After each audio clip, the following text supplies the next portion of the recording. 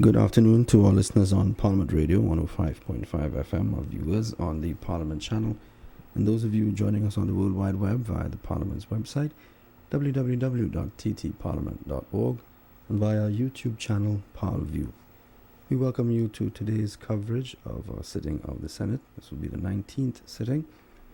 On the agenda today, as you would have just seen, there are 2 papers to be laid, 3 reports, 3 urgent questions, 11 questions for oral answer, and debate is expected on the Motor Vehicles and Road Traffic Amendment Bill 2017, which is in the name of the Attorney General.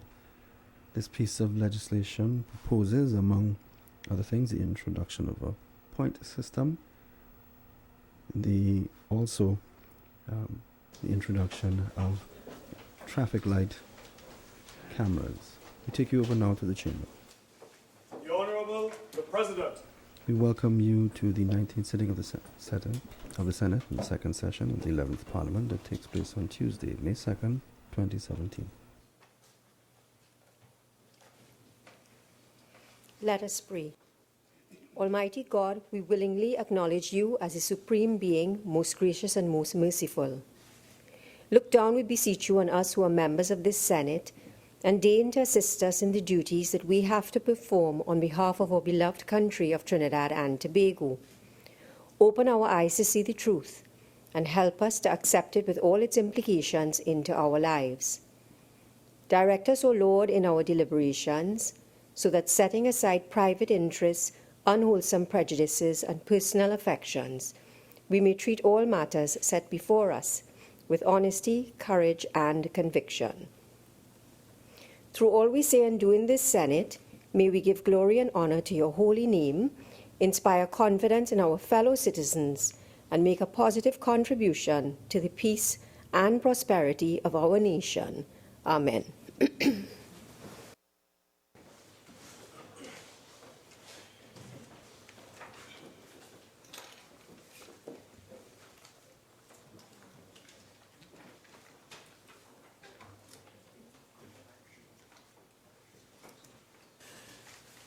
Oath or affirmation, announcements by the President, bills brought from the House of Representatives, petitions, papers.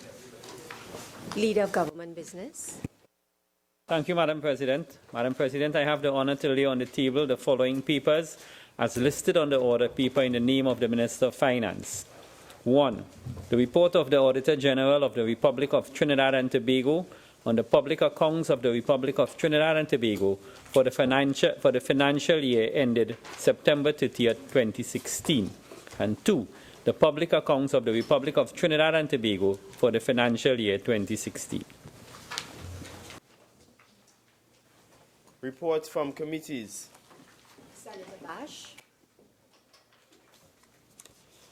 Madam President, I have the honor to present the following reports as listed on the supplemental order paper in my name. The second report of the Public Administration and Appropriation Committee, second session, 11th Parliament, on an examination of the current expenditure and internal controls of the Office of the President.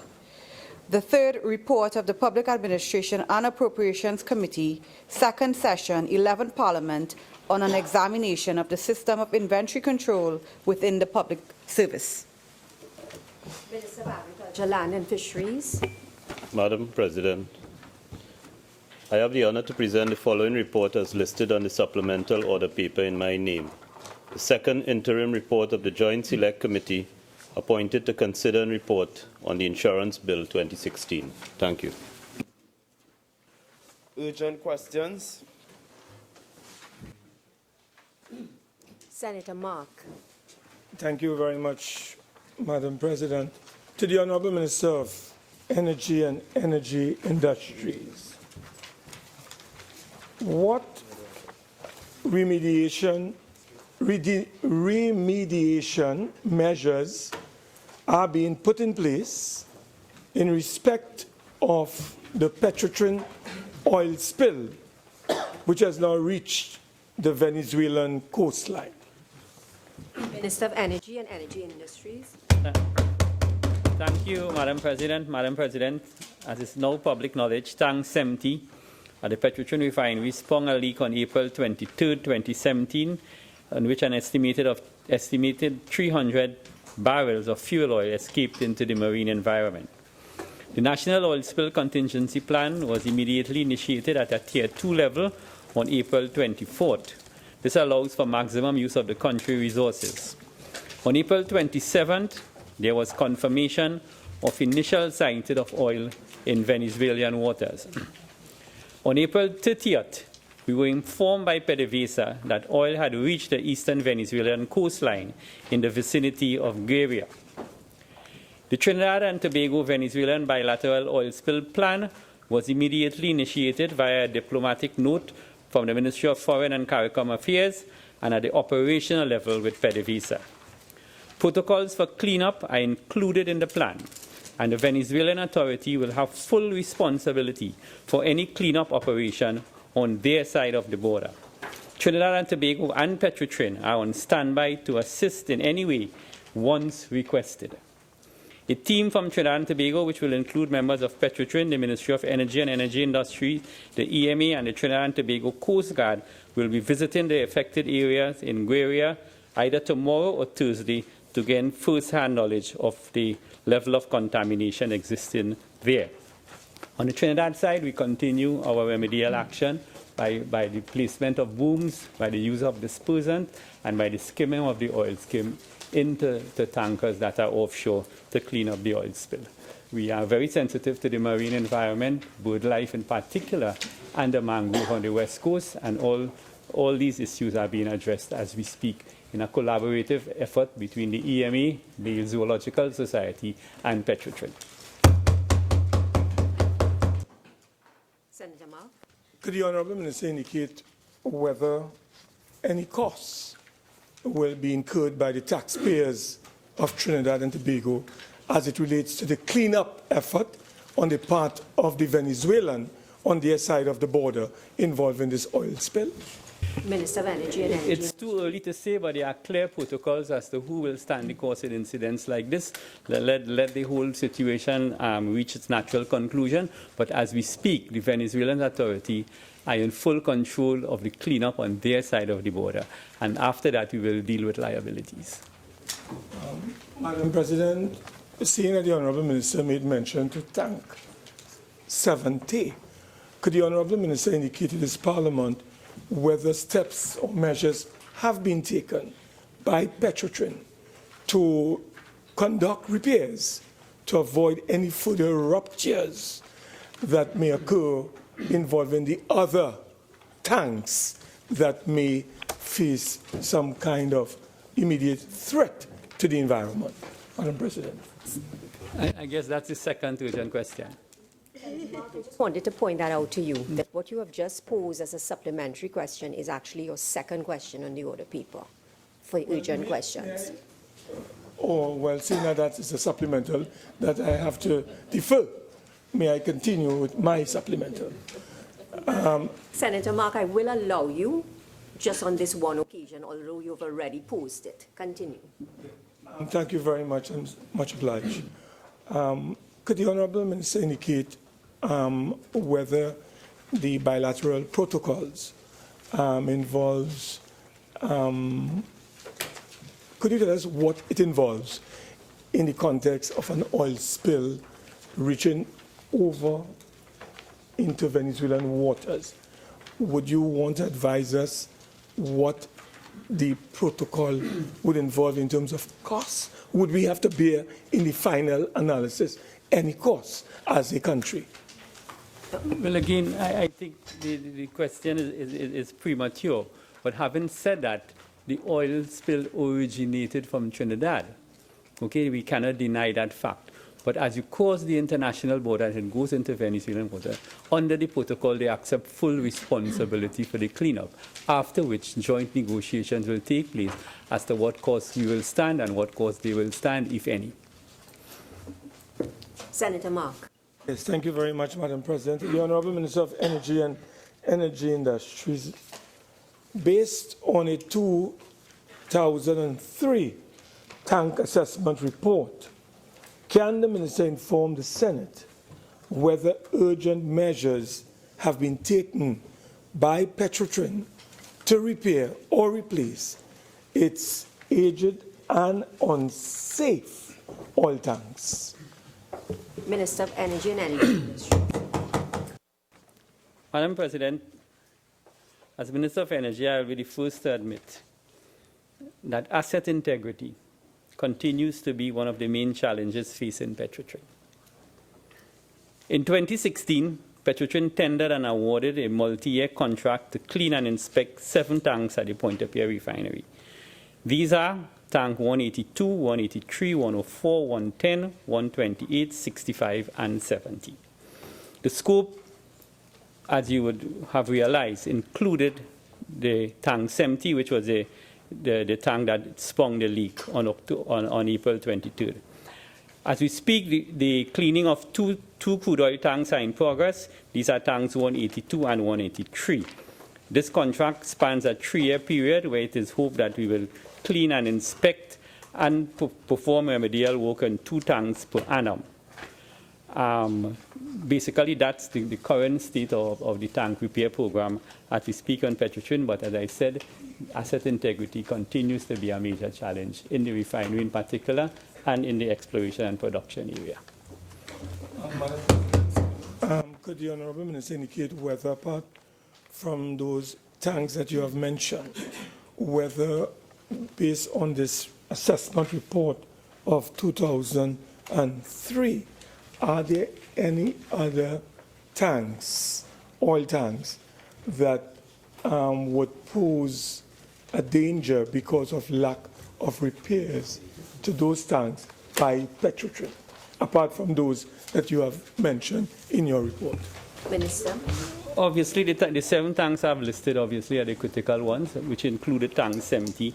In doing analyses like these, there's always a risk profile as to what is the probability of a tank will fail, because you cannot simultaneously repair all the tanks. The capital cost will just be atrociously high.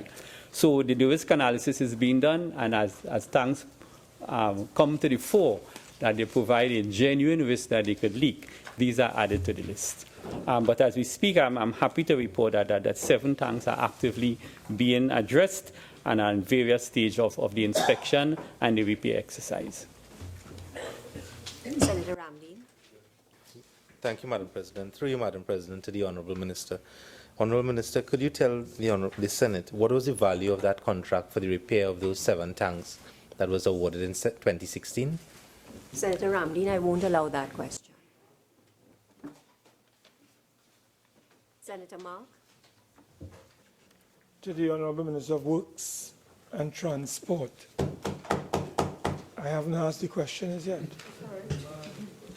In light of reports of consistent mechanical failures experienced by the TNT Express and the TNT Spirit, what immediate measures are being taken to rectify the problem?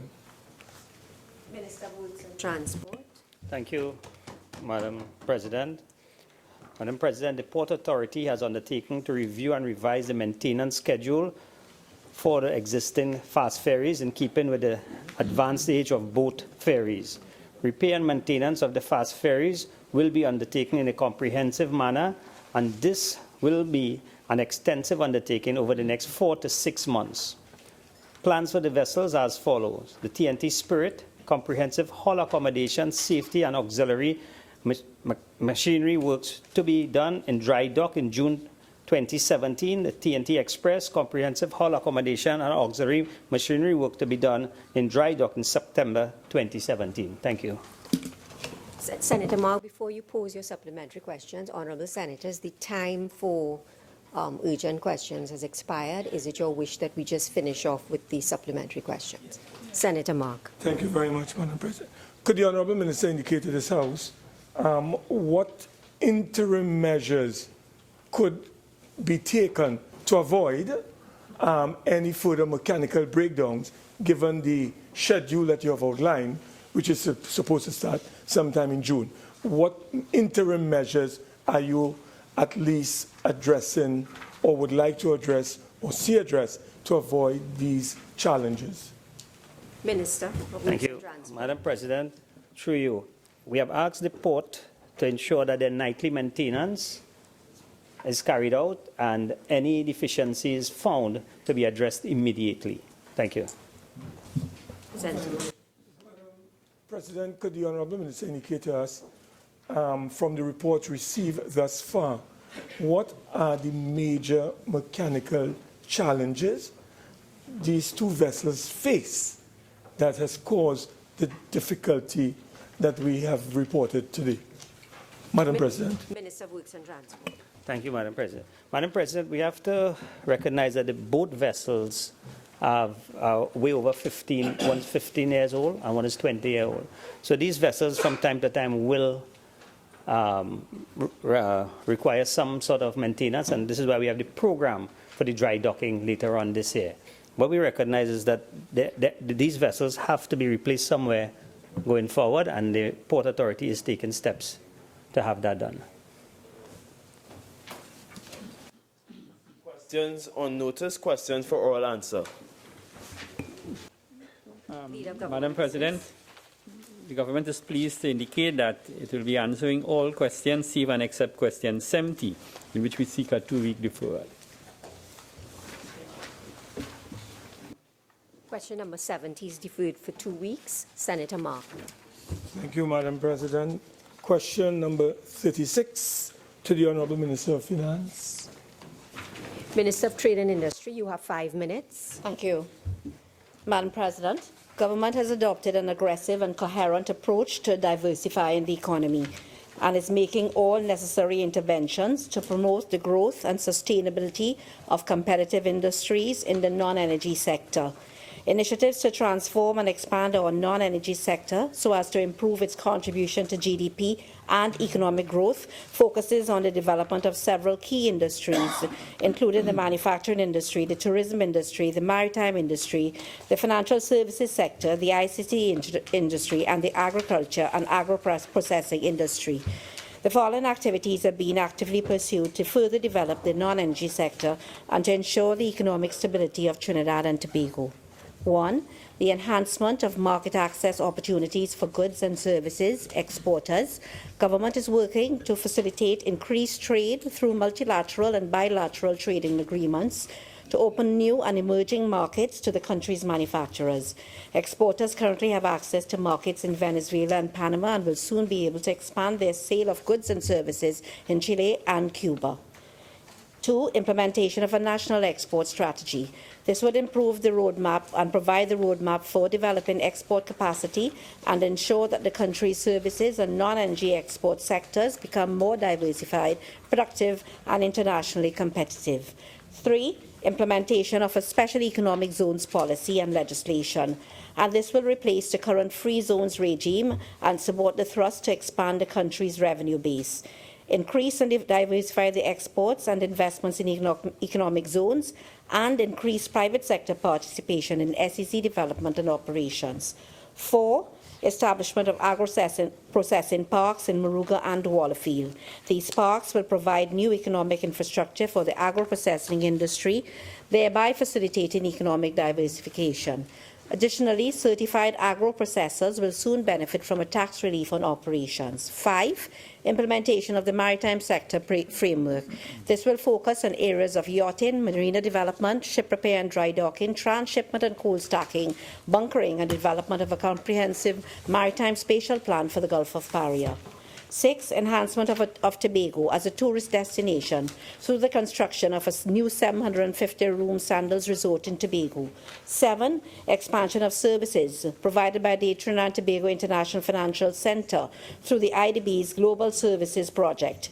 This project will equip citizens with the technical skills required by foreign investors and overseas operating companies. Additionally, government is in preliminary discussions on the proposed expansion of the Trinidad and Tobago also International Financial Center to include the construction of a new TTIFC tower, a hotel, and a convention center.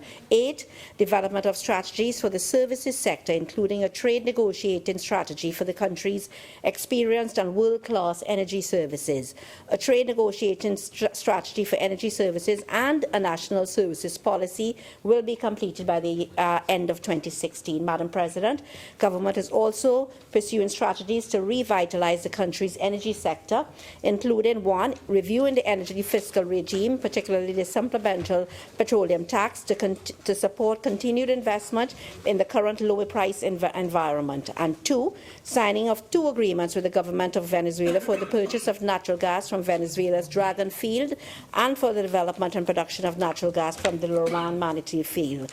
3, increasing oil production at Petrotrin, and 4, working with the private sector oil and gas companies to increase production of both oil and gas. Thank you, Madam President. Senator Mark. Madam President, the Honourable Minister has mentioned the support for the manufacturing sector to penetrate new markets. Could the Honourable Minister indicate what measures have been taken by the government to facilitate manufacturers in obtaining and securing very critical foreign exchange, which continues to be a challenge for the manufacturing sector in the Republic of TNT? Minister of Trade and Industry. President, let me first compliment the existing manufacturing sector who are working with the government in terms of increasing our exports out and getting our goods and services out of Trinidad and Tobago. The Trinidad and Tobago Chamber and all of the chambers within Trinidad and Tobago are working along with the TTMA and also Export TT in focusing on penetrating new markets. I mentioned here the markets of Cuba and Venezuela, Panama as well. I can tell you that for the rest of this year, only yesterday I met with the chairman of the Export TT, and we have rolled out a program for this year, which will be Panama, Cuba, a visit to Cuba again under the FIHAV Fair, also Canada as well, and in the very new year we'll be going to Costa Rica. Also this year the Chamber, along with AmCham and also AmCham as well, will be doing Nicaragua. This is AmCham primarily, but working in conjunction with all of these exporting agencies that have a similar interest. They're doing Nicaragua as well, in addition to which the Chamber is also spearheading a Guyana mission, and again all of the agencies are joining in all of these missions. We are working along with the Economic Development Advisory Board in developing a manufacturing sector plan, a new plan, and also with that in conjunction, an implementation as well, an implementation plan as well. So these will be rolled out as you go along, but it's all hands on deck, and I compliment the private sector and all these other agencies for working along with the government and the EDAB as well. Thank you.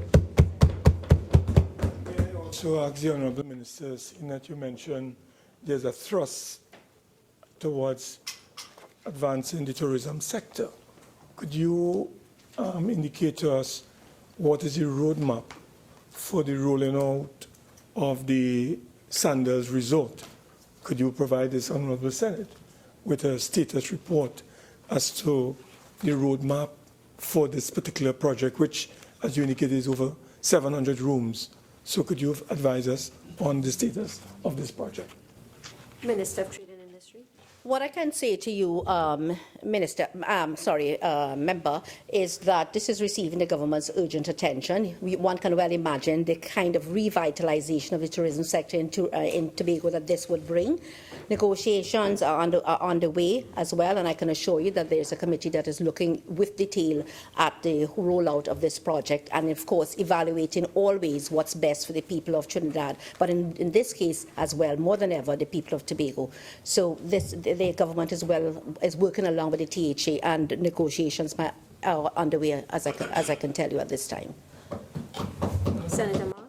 Madam President, with the recent closure of Carani Green and the displacement of over 100 workers, could the Honourable Minister indicate whether the government has abandoned agriculture? Because you did not mention, as part of your diversification thrust, any role for agriculture. Would you want to share with us whether the government is in fact pursuing any plan to deal with food security and agricultural development in the Republic of TNT, Madam President? Minister of Trade and Industry.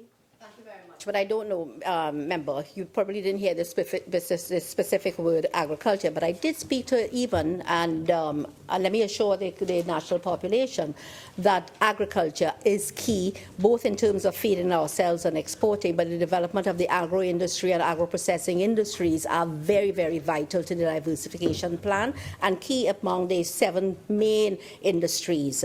I did speak to the Maruga Industrial Park, which agreement will be signed perhaps in a few days, and this is between UDECOT and ETEC, and that is expected to be completed in perhaps 18 months. But it won't be too long before the Minister of Agriculture would have the opportunity to detail all of the progress made on this sector as we approach the mid-year review. Inquire of the Honourable Minister as to the International Financial Centre that reference was made to in her presentation and the construction of some tower. Could you indicate to us, to the Senate, when this tower, what is it going to cost the taxpayers and where is it going to be located? Madam President. Minister of Trade and Industry. Thank you very much, member, for your interest shown, but I'm sorry that I couldn't give you further details as to the cost and the timing and the location, but I can tell you that, again, during the mid-year review, there will be many presentations on this side with specificity as to where we are in terms of this diversification roadmap, and of course, within that, a medium-term framework, which is then a more detailed 3-year plan, and at the end of which this is all going to fit into the government's 2030 development plan as well. So as we go along, you would hear further details and commitments. Thank you. Senator Mark. Thank you, Madam President. Question number 43 to the Honourable Minister of Works and Transport. Minister of Works and Transport.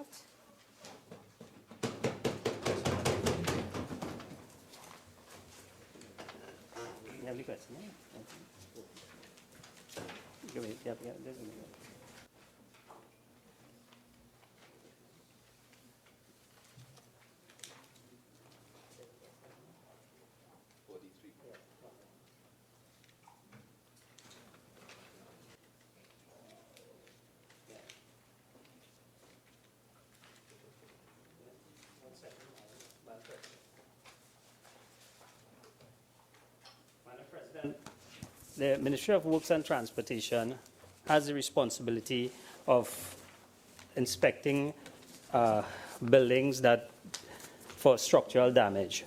However, to date, the Ministry of Works and Transportation have not had any requests from the Ministry of Health for the inspection of the Couva Children's Hospital.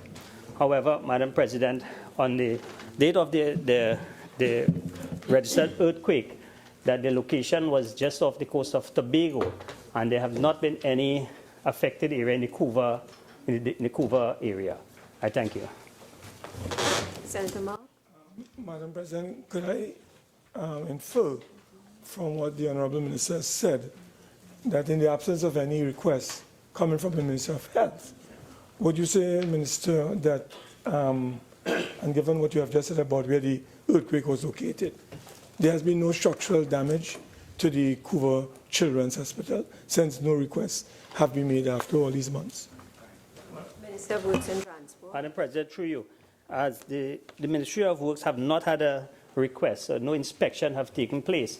So it will not be correct for the Minister of Works to say that there have been no damage. Still construction. Yeah. Could the Honourable Minister indicate whether the Couva Children's Hospital is still a construction site? Minister of Works and Transport. Thank you. Madam President, the Couva Children's Hospital was opened before it was handed over to the government of Trinidad and Tobago. And at this date, the hospital has not been operationalized. So I would not say it's a construction site, but the hospital has not been operationalized. because of the finalization of the equipment and so in the hospital. Madam President, could the Honourable Minister indicate whether, I'm hearing all kinds of stuff. Ma? Could the Honourable Minister indicate whether this particular hospital, the Couva Children's Hospital, has been formally handed over to the government of the Republic of Trinidad and Tobago? Minister of Works and Transport. Thank you, Madam Speaker. The hospital have been handed over just about a month ago. Thank you. Madam President, therefore it is wrong, based on what the Honourable Minister just inferred, that it is no longer a construction site. The hospital has been formally handed over, but the question really, Madam President, is that when does the Minister anticipate the operationalization of the Couva Children's Hospital? Senator Mark, that question does not arise. Senator Mark. Thank you very much, Madam President. Question number 44 to the Honourable Minister of Education. Minister of Education. Thank you very much. Madam President, over the past months, social media involving students gave the impression that things are out of control. However, the Ministry of Education has implemented a school-based, data-driven approach to addressing violence and indiscipline in schools, and we are seeing very positive results. Analysis of data collected on the implementation of strategies has shown a 14.2% reduction in suspensions at primary schools and a 25% decrease at secondary schools from the year 2015 to 2016. The number of cases of extended suspensions has decreased by 63% during the same period.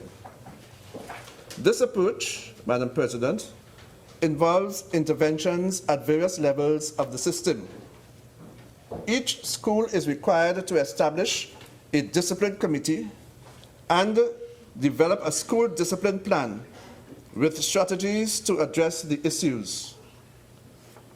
This individualized plan must provide enhanced supervision of students, increase student involvement in core and extracurricular activities, greater involvement through the prefect system and the Students' Council, improve skills of school personnel through training in effective curriculum implementation, classroom management, conflict resolution, and problem solving. Referral of students with challenges to Student Support Services Division of the Ministry of Education, comprising guidance officers, school social workers, and the special education teachers for intervention and further support where necessary. Programs to help students better understand themselves and others, and the structured school assemblies to develop, inculcate core values and positive attitudes. Greater stakeholder involvement is encouraged at all schools. Teams have been set up at schools and education districts comprising persons from different units. Ongoing training for parents, partnerships with the community and other ministries, and the community police have yielded positive results. Thank you very much. Senator Ramdeen. Madam President, for you. Could the Honourable Minister indicate, since September 7, 2015, how many teachers and principals have been subject to disciplinary proceedings as a result of school violence? Senator Ramdeen, I will not allow that question. I'm not seeing it as arising. Senator Richards. Thank you, Madam President. Could the Honourable Minister indicate how pervasive are the professionals and training for teachers for identification of behavioral issues in the school population, based on what you read earlier on, as a preemptive approach to behavioral issues? Minister of Education. Madam President, we are on record as saying that we have a very aggressive training program involving all our stakeholders, not only our teachers and principals, but even our parents. We have engaged in a process that is referred to as parenting in education that is also providing very positive results, where we see the active engagement of our parents in the school system. Thank you. Senator Richards. With respect, Honourable Minister, the question was specifically regarding training for teachers for proper identification of behavioral issues in children. Minister of Education. Madam President, teachers are given general education training. In terms of training where students have special needs, we have in the Ministry of Education the Student Support Services Division that is equipped with trained personnel guidance officers, behavioral psychologists, and those persons are assigned to the schools and they provide the requisite information and intervention where those students are concerned. Senator Mark.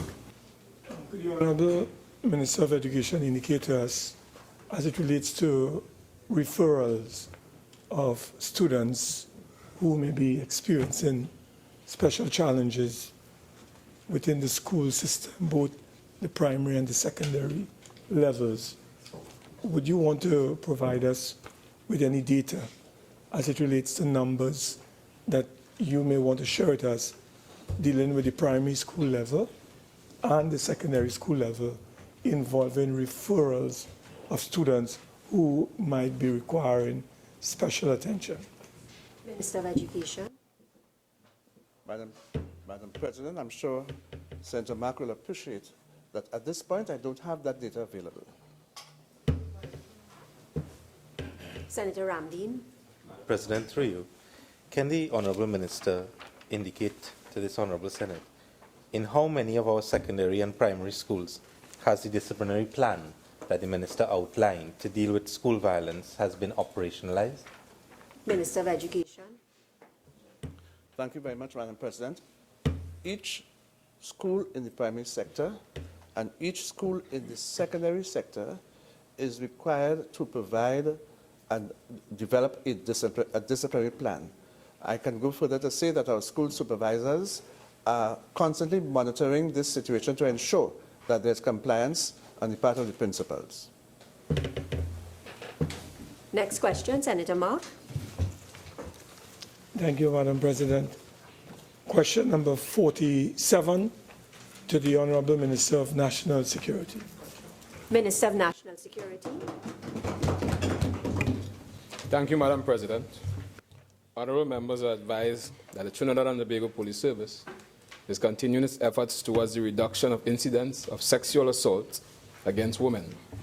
Over the last 7 years, 2016 yielded the most positive results, with the lowest number of cases recorded. Over the last 7 years, 494 incidents were reported, compared to 1,055 in 2012. Notwithstanding this fact, Madam President, the Trinidad and Tobago Police Service is committed to strengthening the following measures to further decrease these figures: increase patrols in key locations where people, in particular women, traverse and congregate; dissemination of safety tips to the public through the media, both print and electronic; continuation of town meetings in each police division to hear the concerns and come to solutions together with the communities. In addition to these measures, Madam President, the Trinidad and Tobago Police Service also partners with other state agencies, various non-government organizations, and community-based organizations such as the Children Authority, the Ministry of Health District Medical Officers, Rape Crisis Center, Families in Action, and several safe houses across Trinidad and Tobago. The Child Protection Unit and the Victims and Witness Support Unit of the Trinidad and Tobago Police Service work collaboratively with these organizations to provide critical support in matters relating to sexual assault against women. Madam President. Senator Mark.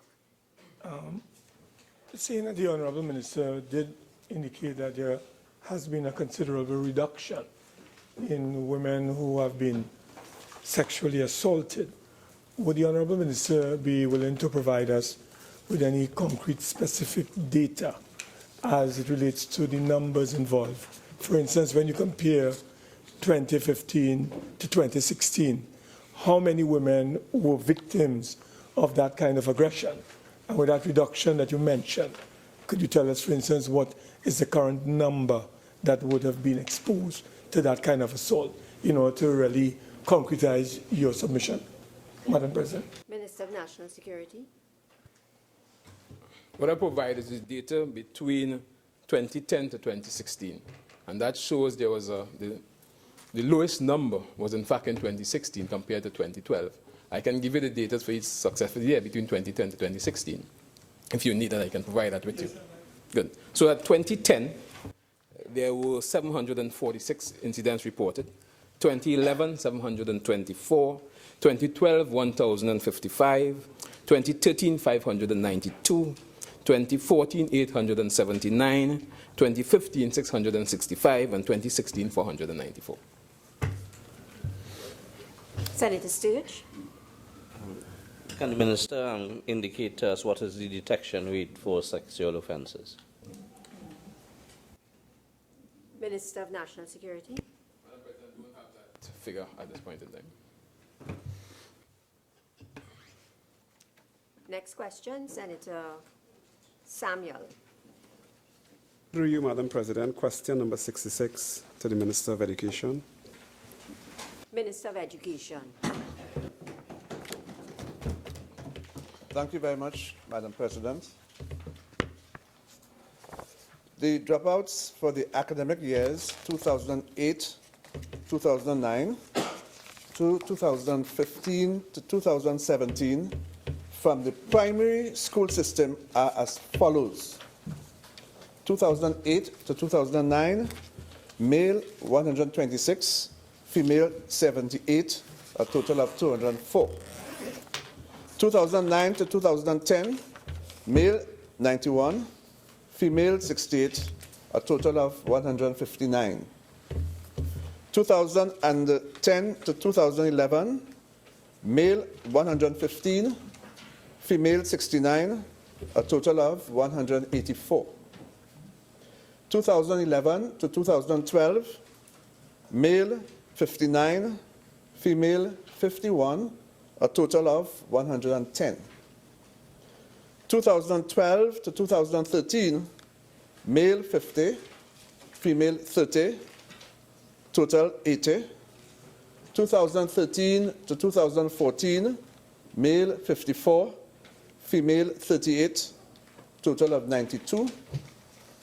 2014 to 2015, male 74, female 63, total 137, and 2015 to 2016, male 82, female 69, a total of 151. That's the primary sector. In the secondary sector, 2008 to 2009, male 1,031, female 866, a total of 1,897.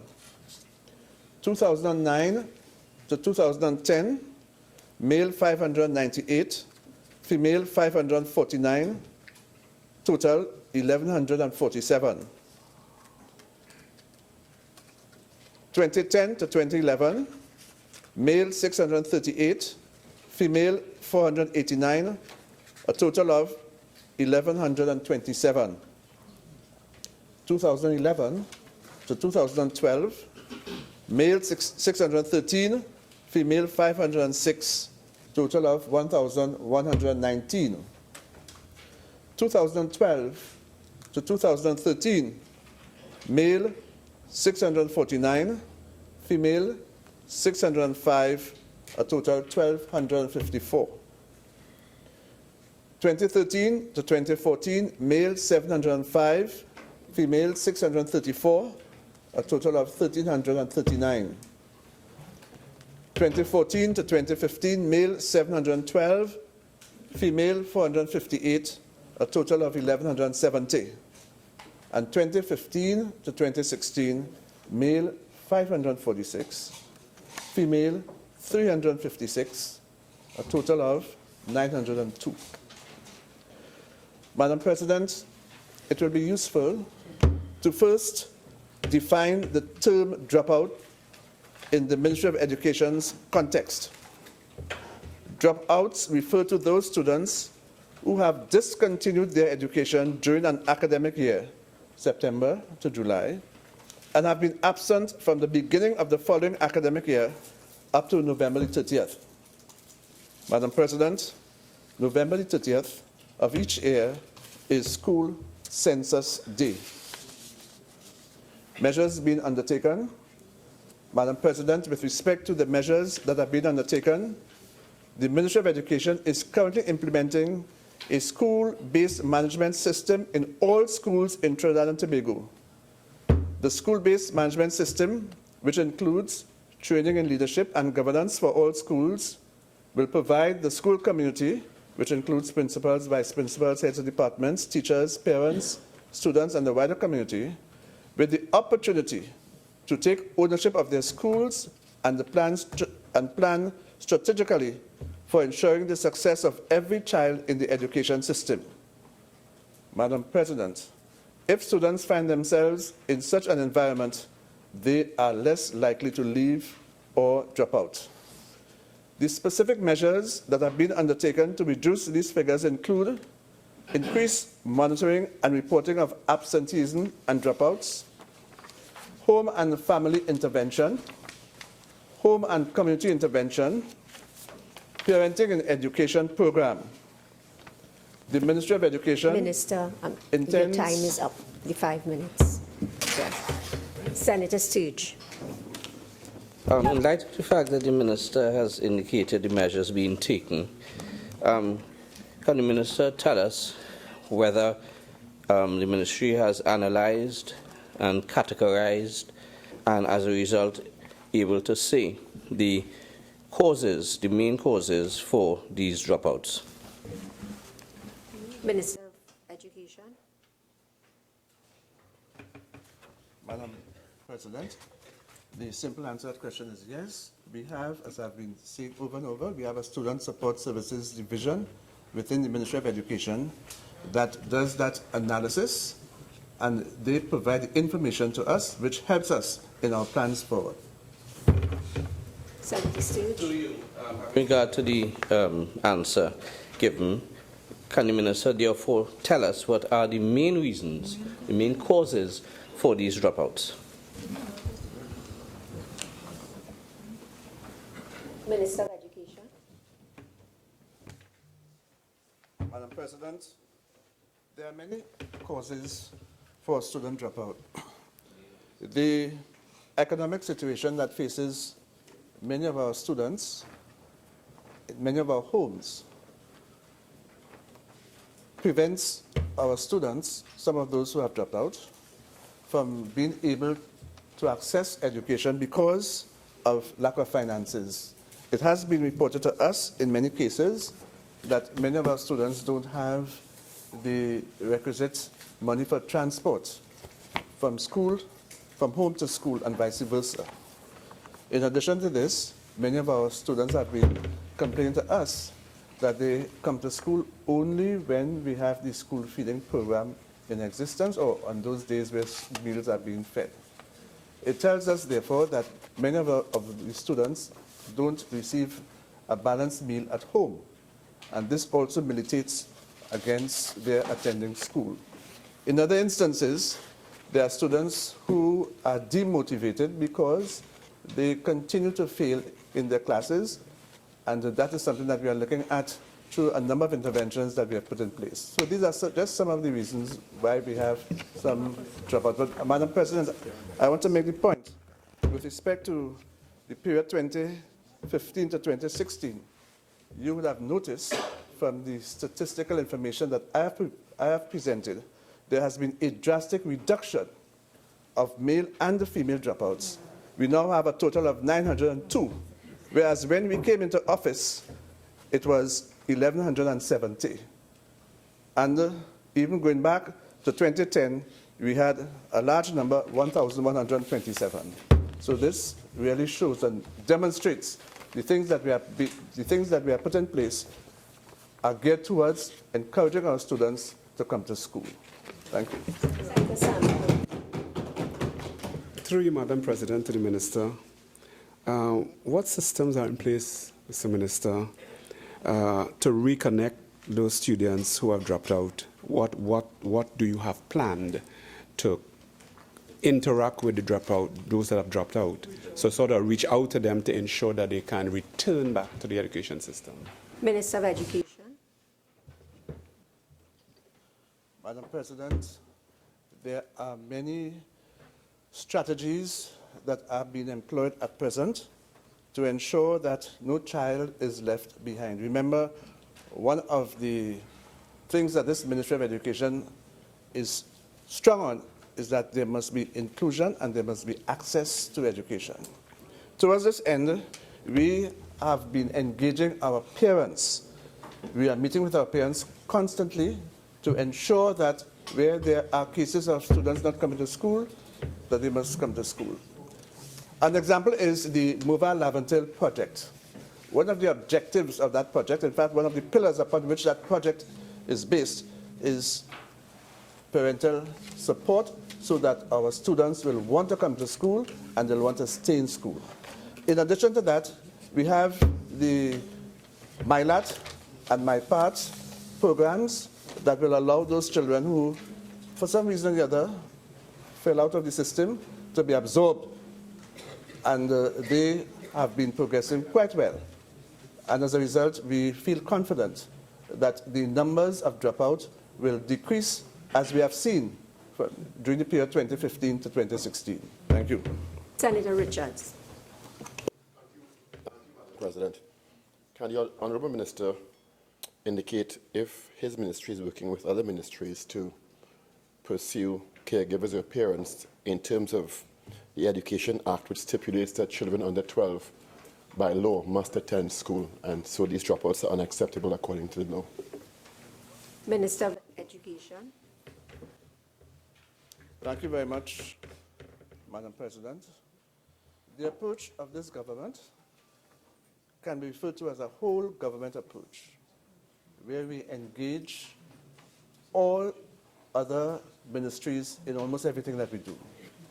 And I have been, as Minister of Education, in constant contact with the Minister of National Security, for example. When I go to schools, I am accompanied sometimes by the Minister of National Security and other officers of the Ministry of National Security. I have been engaging the support of the Ministry of Health in an effort to ensure that healthy practices and lifestyles are observed in our schools. And you will notice within recent times we have issued a ban on excessive sugars in our schools. That is one idea and one initiative that we have undertaken. And as I said before, we are working together with a number of other ministries, the Ministry of Agriculture, for example, in our school feeding program. The Ministry of Agriculture advises us as to the fare that is made available to our students in the schools. Thank you. Senator Richards. Thank you again. Through you, Madam President, can the Minister indicate what the government, the ministries, and by extension the government's plans are to address what is an obvious, significant disparity in the dropouts between primary and secondary schools, given that the mandatory age is 12 years old, but we're seeing the dropout rate moving from the hundreds to the thousands between primary and secondary schools, putting those students, so those young people, at a significantly vulnerable state and also unable in many cases to cope with life's challenges. Minister of Education. Madam President, I don't think I quite understand the question. I just want to state that the mandatory age for students' attendance has moved from 12 to 16. So that's the first point I need to make. In terms of the disparity between the primary school and the secondary school, we are working, again, as I said, with the parents. We are working with the Student Support Services Division, and our work is bearing fruit simply by the evidence that I've been able to provide here this afternoon, 2015 to 2016, you saw a tremendous and a drastic decrease in the number of school dropouts. Thank you. Senator Samuel, next question, please. Madam President, through you to the Minister of National Security, question number 67. Minister of National Security. Thank you, Madam President.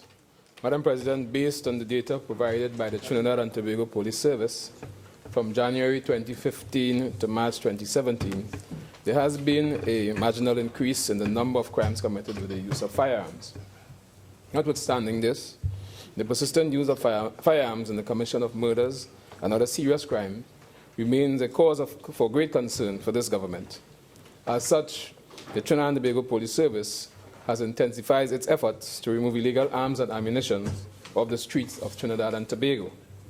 Among the key initiatives being pursued by the Trinidad and Tobago Police Service in this regard are the following: increased stop and search exercises, increased searches of residences, increased surveillance of known firearm offenders, especially repeat offenders, increased land-based border patrols jointly with the Trinidad and Tobago Defense Force, in particular the Army, increased maritime and aerial surveillance by the use of the Trinidad and Tobago Air Guard and the Trinidad and Tobago Coast Guard, prioritize prosecution of firearm offenders currently before the courts, intensify efforts to source informants, increase efforts to motivate our police officers to find and seize illegal firearms across all 9 police divisions, collaborations with our military attaché in Venezuela, in the United States and Canada, and collaborations with our Venezuelan counterparts, in particular the Guardia Nacional and the Guardacosta.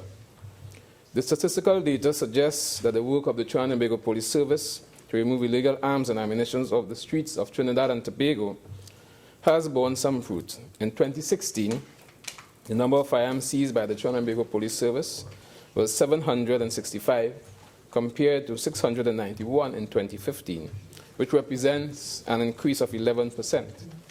There was also a drastic increase by 119% in the number of rounds of ammunition seized in 2016 when compared to 2015, with the number increasing from 8,943 rounds seized in 2015 to 19,543 rounds of ammunition being seized in 2016. The Trinidad and Tobago Police Service and other law enforcement agencies have continued to work with the same intensity in 2017, and it is anticipated that increasing seizure would ultimately be reflected in a decline in the number of crimes involving the use of illegal firearms. Madam President. Senator Stage. Madam President, can the Minister indicate what mechanisms are being used to monitor and deter repeat firearm offenders? Minister of National Security. Madam President, the Trinidad and Tobago Police Service continues to monitor repeat offenders, in particular those who have committed arms and ammunition offenses, and murder in particular. Senator Samuel. Madam President, through you, can the Minister enlighten this House with regards to the detection rate when it comes to murders done by the use of illegal firearms? Senator Samuel, I won't allow that question. Senator Mark. Madam President, I would like to ask the Honourable Minister whether the government is giving active consideration to the issuing of an amnesty to encourage those criminal forces or elements an opportunity to submit their weapons to the law enforcement authorities, and whether at the same time, Madam President, the law enforcement authority, yes. Minister of National Security. Madam President, the government is not considering the use of any amnesty for guns at this point in time. In fact, Madam President, research has shown that gun amnesty really does not work in most jurisdictions that has been tried before. So the government is not considering that as an action at this point in time. Senator Mark. May I follow up on this one, Honourable President, by asking the Honourable Minister whether the government is contemplating amending the Firearms Act to make it more prohibitive and to impose greater penalties and sanctions for those elements who continue to access weapons illegally and carry out their criminal enterprises. Minister of National Security.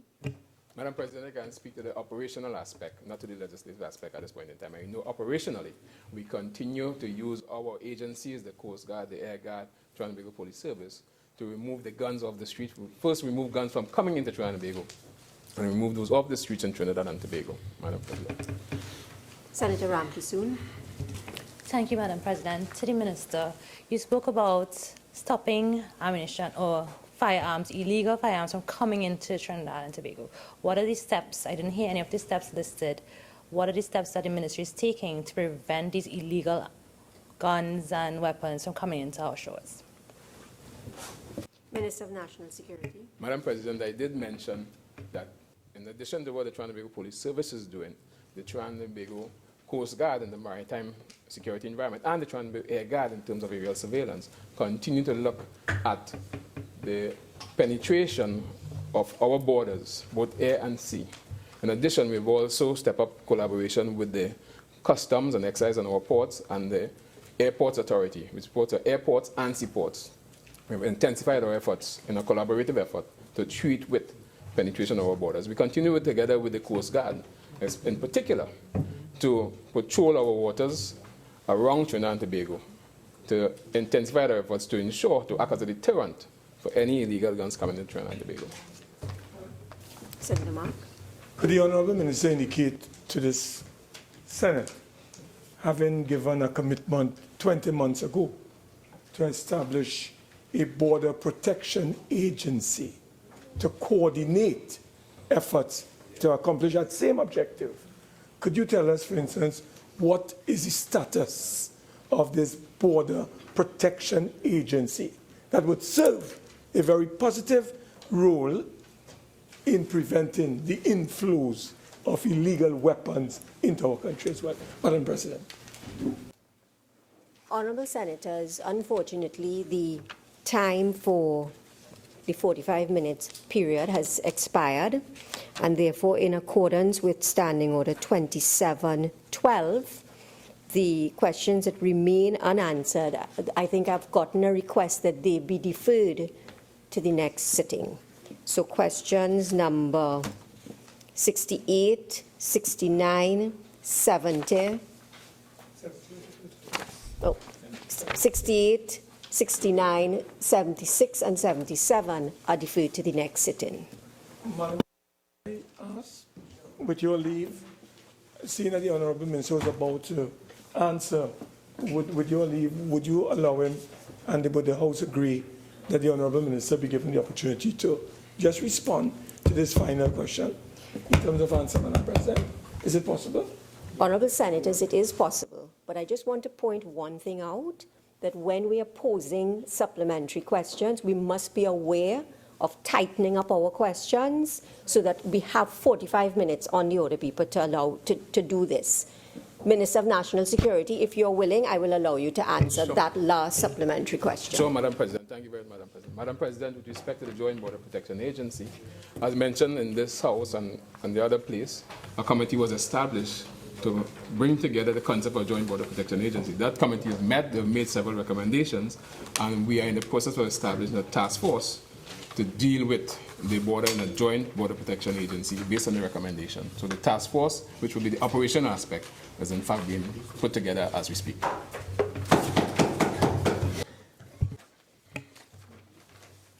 Request for leave to move the adjournment of the Senate on definite matters of urgent public importance.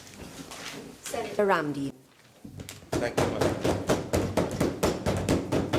Thank you, Madam President. Madam President, I hereby seek leave to move the adjournment of the Senate today under Standing Order 16 for the purpose of discussing a definite matter of urgent public importance. That is, the failure of Petrotrin and the Ministry of Energy and Energy Industries to properly contain, curtail, and manage the recent oil spill from a storage tank at the Petrotrin oil refinery, causing damage to the surrounding communities and extensive damage to the environment, reaching as far as the east coast of Venezuela. The matter is definite because it pertains specifically to the oil spill that occurred on Sunday, the 23rd of April 2017, from a ruptured storage tank at the Petrotrin oil refinery. It is definite because it pertains specifically to the damage that has been caused over the past week to the communities and to our flora and fauna by this environmental disaster. The matter is urgent because the damage has been increasing daily. Initially, it was reported that only 300 barrels of oil had spilled, and the oil had been limited to the Guaracara River. However, yesterday, it was reported that the spill had stretched and had reached the coast of Venezuela. There have been reports of countless birds and fish dying, and large deposits of oil have polluted the western coastline. Fishermen are not able to go out to sea, and the Claxton Bay and Kings Wharf fishing communities have been shut down. Wildlife has been found covered with oil, and rescue efforts by local wildlife centers are underway, but are woefully inadequate to deal with the extent of the damage caused. The matter is of public importance because the damage to our communities, and more so the environment, affects every citizen of our country. Some of the affected areas are environmentally sensitive areas, and the damage caused to the animals and plants in these areas cannot be repaired. I thank you, Madam President. Honourable Senators, I have considered the motion and I am not satisfied that this matter as presented qualifies under this standing order. Motions relating to the business or sittings of the Senate and moved by a minister. Leader of Government Business. Madam President, having regard to the second interim report of the Joint Select Committee appointed to consider and report on the Insurance Bill 2016, I beg to move that the committee be allowed an extension of 4 weeks in order to complete its work and submit a final report to Parliament by June 2nd, 2017. Honourable Senators, the question is that the Joint Select Committee on the Insurance Bill 2016 be allowed an extension of 4 weeks in order to complete its work and submit a final report to Parliament by June 2nd, 2017. Those in favour say aye. Aye. Those against say no. The ayes have it. Public business, government business, motions.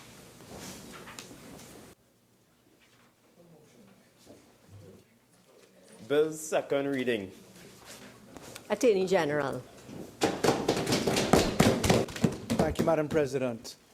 Madam President, I beg to move that a bill entitled An Act to Amend the Motor Vehicles and Road Traffic Act, Chapter 4850, to introduce a system of traffic violations for certain breaches of the Act, to provide for the implementation of a red light camera system, a demerit points system, and the reform of the fixed penalty system and related legal proceedings and other related matters be now read a second time. Madam President, in continuing the government's coordinated agenda to improve the criminal justice system and specifically to close the gap between allegations of crime as reported and conviction for crimes through the judicial system, it gives me great pleasure to introduce this bill. This bill, in essence, proposes, in its 49 clauses and one schedule, a reform to a very old piece of law in Trinidad and Tobago, and I'm of course referring to the Motor Vehicle and Road Traffic Act, Chapter 4850, which is an Act of Parliament number 42 of 1934, enacted on the 1st of January 1935. That law has served this country from 1935 coming to date. It's been amended 94 times, last time in January of 2015, when I sat on the other side of the chamber and participated in the rollout of the speed guns provision. But we saw in 2015 a very careful attempt, and a laudable attempt, to cause an amendment and reform of laws to this substantive piece of law. This attempt by the last government mirrored work undertaken by a previous PNM administration. But suffice it to say, I think that as a country, we sought to bite off a little bit more than the population or the legislature could have chewed. In seeking to create a motor vehicle authority and to do a complete repeal and replace of the Motor Vehicle and Road Traffic Act, Chapter 4850, there was a very large exercise which was not brought to completion. This bill before us today constitutes a very careful and organized strategy to address the most critical areas of the law to ease not only the burden in the criminal justice system, but specifically to cause a bettering of the compliance to the laws of Trinidad and Tobago. So the bill seeks to carve out amendments, place them into Chapter 4850. It seeks to also repeal the Motor Vehicle and Road Traffic Act, the enforcement and administration version of it, that is Chapter 4852. It seeks to repeal that entirely, to lift out of that piece of law the essential conditions which that law in 1979 sought to create, which is a fixed penalty system, transplant it into the Motor Vehicle and Road Traffic Act. The Act, as it is hoped this will become, finds in this bill some very novel concepts. And I'd like to just put this carefully in terms of an ideology. Number one, we seek to introduce a concept of decriminalization of road traffic offenses. We seek in clauses 1 to 33, clauses 36 to 45, we seek to cause in those clauses of the bill a decriminalization. And what do we mean by that? We seek to take matters described as offenses at law, certain matters described as offenses at law, and convert them into violations. Traffic offenses for which you are subjected to the supervision of the Summary Courts Act, Chapter 420, for which you are subjected to summons, to warrant, to being a defendant, to being liable to criminal prosecution, to service of a criminal conviction by way of sentence if you are committed to sentence or fine. We seek to take certain aspects of offenses out of the realm of offenses and convert them into traffic violations. We seek to do that in Clause 9 by anchoring two critical new clauses into the Motor Vehicle and Road Traffic Act. That is Clause 20A and Clause 20B, as Clause 9 proposes. And what we say in those two clauses is really one of the cornerstones in the first limb of progress. If we look to Clause 9 of the bill at page 2, you see that the new Clause 20A proposes that there be compliance with the Act and other written laws relating to the use of a vehicle on a road by the holder of a driving permit, that it be a condition of the driving permit. There is also a declaration that compliance with the Act and written laws for motor vehicles, etc., that there be the fact now put into place that the owner of the motor vehicle will be responsible for any breach of the Act or written laws which involves the use of his motor vehicle and which is imputable to him as an owner. Clause 20B in Clause 9, the new 20B proposes another radical aspect of the cornerstone, that the breach of a condition specified in the 7th schedule, which we propose to insert by this bill into the Motor Vehicle and Road Traffic Act, that if there is a breach of a traffic violation, that the holder of the driver's permit or the owner of the motor vehicle shall be liable to be dealt with in accordance with the Act. And specifically in 20C, as is now proposed, we say that the balance shall be, in looking to the standard of proof at law, on a balance of probabilities, and not specifically on a balance on the criminal standard, which would otherwise have been applied in most usual circumstances. This decriminalization is not proposed for the very serious offenses: reckless driving, causing death, exceeding blood alcohol limits in certain circumstances where it is reckless. So we seek to cleave out those matters which internationally are treated by way of a violation away from offences. And that's the first aspect of reform that this bill proposes. The second aspect, and very novel aspect that we seek to do today, is we seek to, in Clause 25 and in Clause 34, in those joint combination of ideas and principles in the clauses, we seek to introduce something what is called red light enforcement. If you have a red light at a traffic light, as opposed to other traffic signs, if you break that, there will be a camera system installed above. The camera system captures your number plate. The number plate is immediately referred to the owner of the vehicle, so described as the registration home licensing authority for vehicles.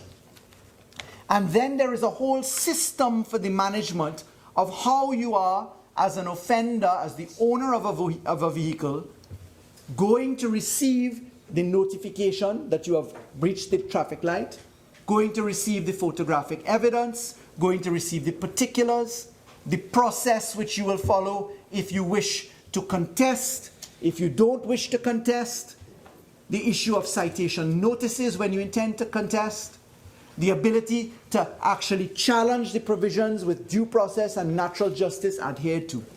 And I'll come into more detail in a little while on these ends. The third aspect that we seek to achieve is really joined with the fourth aspect.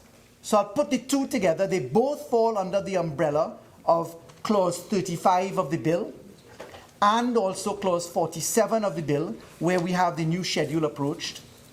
In Clause 35 of the bill, the first limb of it, very novel, is the introduction of a fixed penalty system.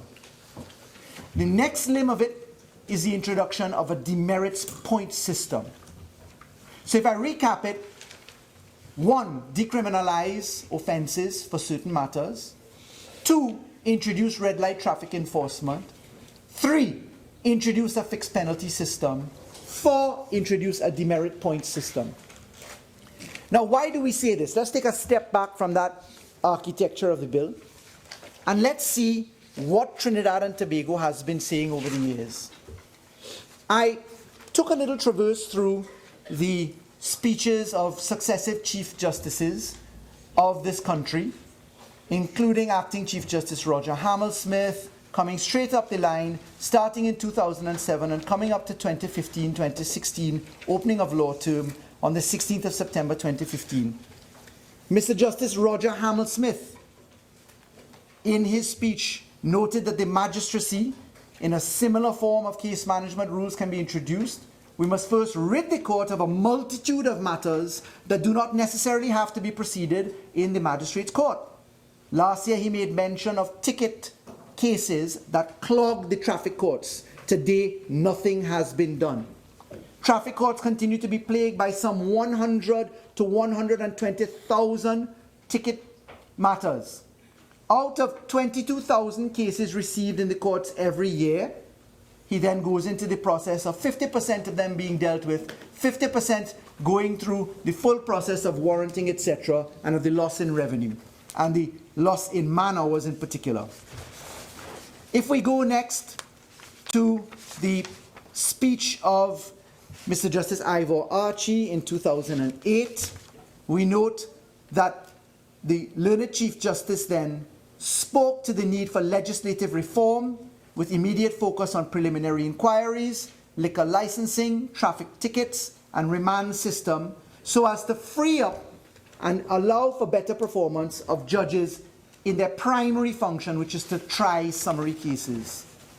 When we come forward, Madam President, further to the speech in 2010, the Honourable Chief Justice there reflected again upon the call for the opening up and freeing up of the judicial system by removal of the backlog of traffic cases from that system. We saw in the speech in 2013, 2012, 2013, again Chief Justice Archie saying filings were up significantly from 104,155 matters in the Magistrates Court to 116,903 matters. but there was an increase in traffic matters from 38,000 odd to 51,000 odd. That's 2012, 2013.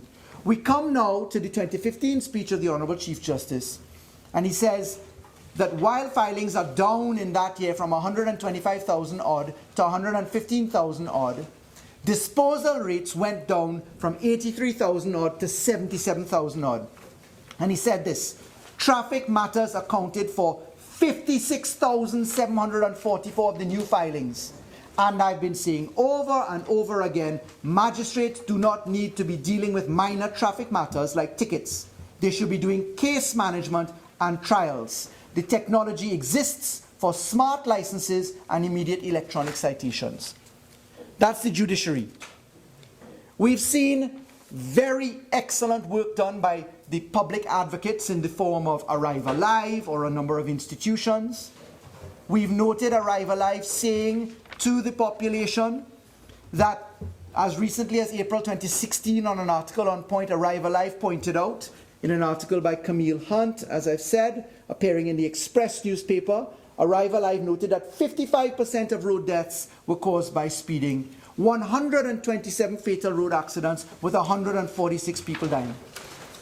But Madam President, it gets a little bit more interesting. And permit me to introduce, as we've done in each bill that we come to the Parliament on, some of the statistics that Trinidad and Tobago now must wrestle with. Madam President, the judiciary in its annual reports in the period 2011 to 2015 gave us a significant amount of work as to where the number of tickets were managed, how they were disposed of, what reasons for delays occurred, and what the revenue looked like.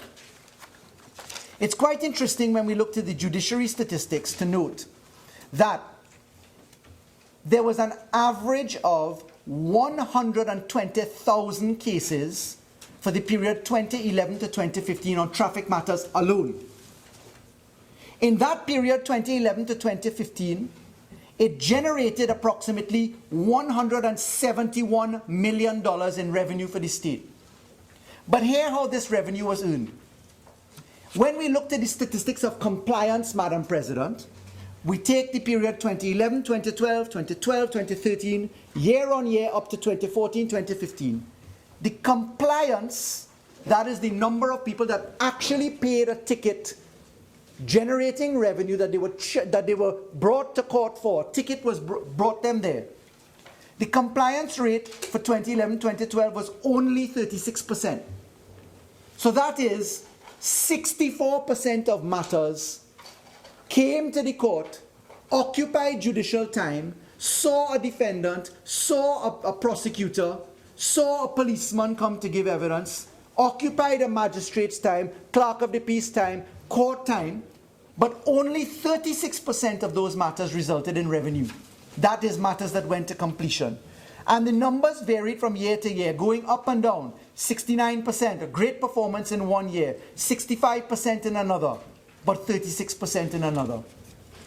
And Madam President, when we take now the period 2010 to 2016, August 2010 to July 31st, 2016, we see 67,926 cases are outstanding traffic matters. There are matters as old as 11 years in the system. The revenue generated in the period August 2010 to July 31st, 2016 was approximately $250 million in revenue. Again, only 36% in some years actually complying with paying a ticket. So let's put this in simple terms. Our courts are being used 100% of the time. Every ticket offense that is not paid, that gets into the court system, requires all of the inputs that I've just described: prosecutor, defendant, magistrate, etc. Let's be generous and say 50% of them are dealt with when you average off the compliance. We're spending 100% of the resource to get 50% of the product. And we're seeing that there are 68,000 cases outstanding. Hence, one marries now the call 2007, 2008, 9, 10. But what does this mean for current Trinidad and Tobago? We have a situation in our country where people believe that the criminal justice system will not move because it is overburdened. And our criminal justice system has as an essential feature of it 68,000 odd matters going nowhere fast, some of them as fast as 11 years. And so the government, looking at this perspective, sat down in a multi-partite sectoral committee, the Judiciary, Ministry of Works and Transport, Licensing Division, Trinidad and Tobago Police Service, the Attorney General and Ministry of Legal Affairs offices, the Controller of Accounts, the Ministry of Finance, and we sat down in a large room with about 30 people on the table for about a year straight, and we said, we have to break the definition of insanity and treat with creating judicial time and allow for the primary function of the courts to go to work. And what we therefore found, Madam President, was that if we sought to carve out the essential work that successive governments have been treating with, and I mean literally from 1935 come forward, and in particular when one freeze frames in 1979, and you look at the introduction of fixed penalty systems in the Motor Vehicle and Road Traffic Enforcement and Administration Act, Chapter 4852, when you look at that and you realize the failure of that experiment, when you fast forward to the year 2000 and you realize that the demerit points to be introduced by regulations then contemplated in the 2000 Parliament that passed it, you realize that that did not succeed. You come into time now to the year 2007, then 2009, when a then government said it's time to reform the system. In the period 2010 to 2015, there was some legislative contemplation, as I've described a little while earlier, but regrettably, it was done in an approach where legislation would come first and operationalization would come after.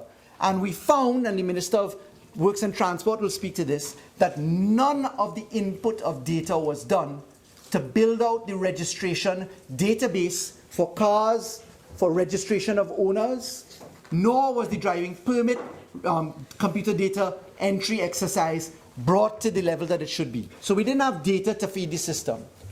So we're able to report today that we have since completed the data entry exercise on both those platforms. And very importantly, Madam President, we now come to tell the country, let's allow for the removal of approximately 70,000 cases from the system, the transfer of cases going forward into a violation as opposed to an offense. Let us free up the judicial time. And let us then work our way backwards, because the law is not retrospective. There will be 69,000 cases in place. But there is a dedicated plan to engage the successful operationalization, work your way backwards. Matters in terms of length of time outstanding, call for warrants, bring forward the matters and start the exercise of taking them off the list so we can free up judicial time. What does that mean for Trinidad and Tobago? In an environment where the country has been fighting against crime for far too long, with far too little success, for many years, it means that judges can perform their primary function. It means that the Trinidad and Tobago Police Service, in its various manifestations, can focus on traffic enforcement without having to go to court and spend days at a time there to get 30% success rate completion.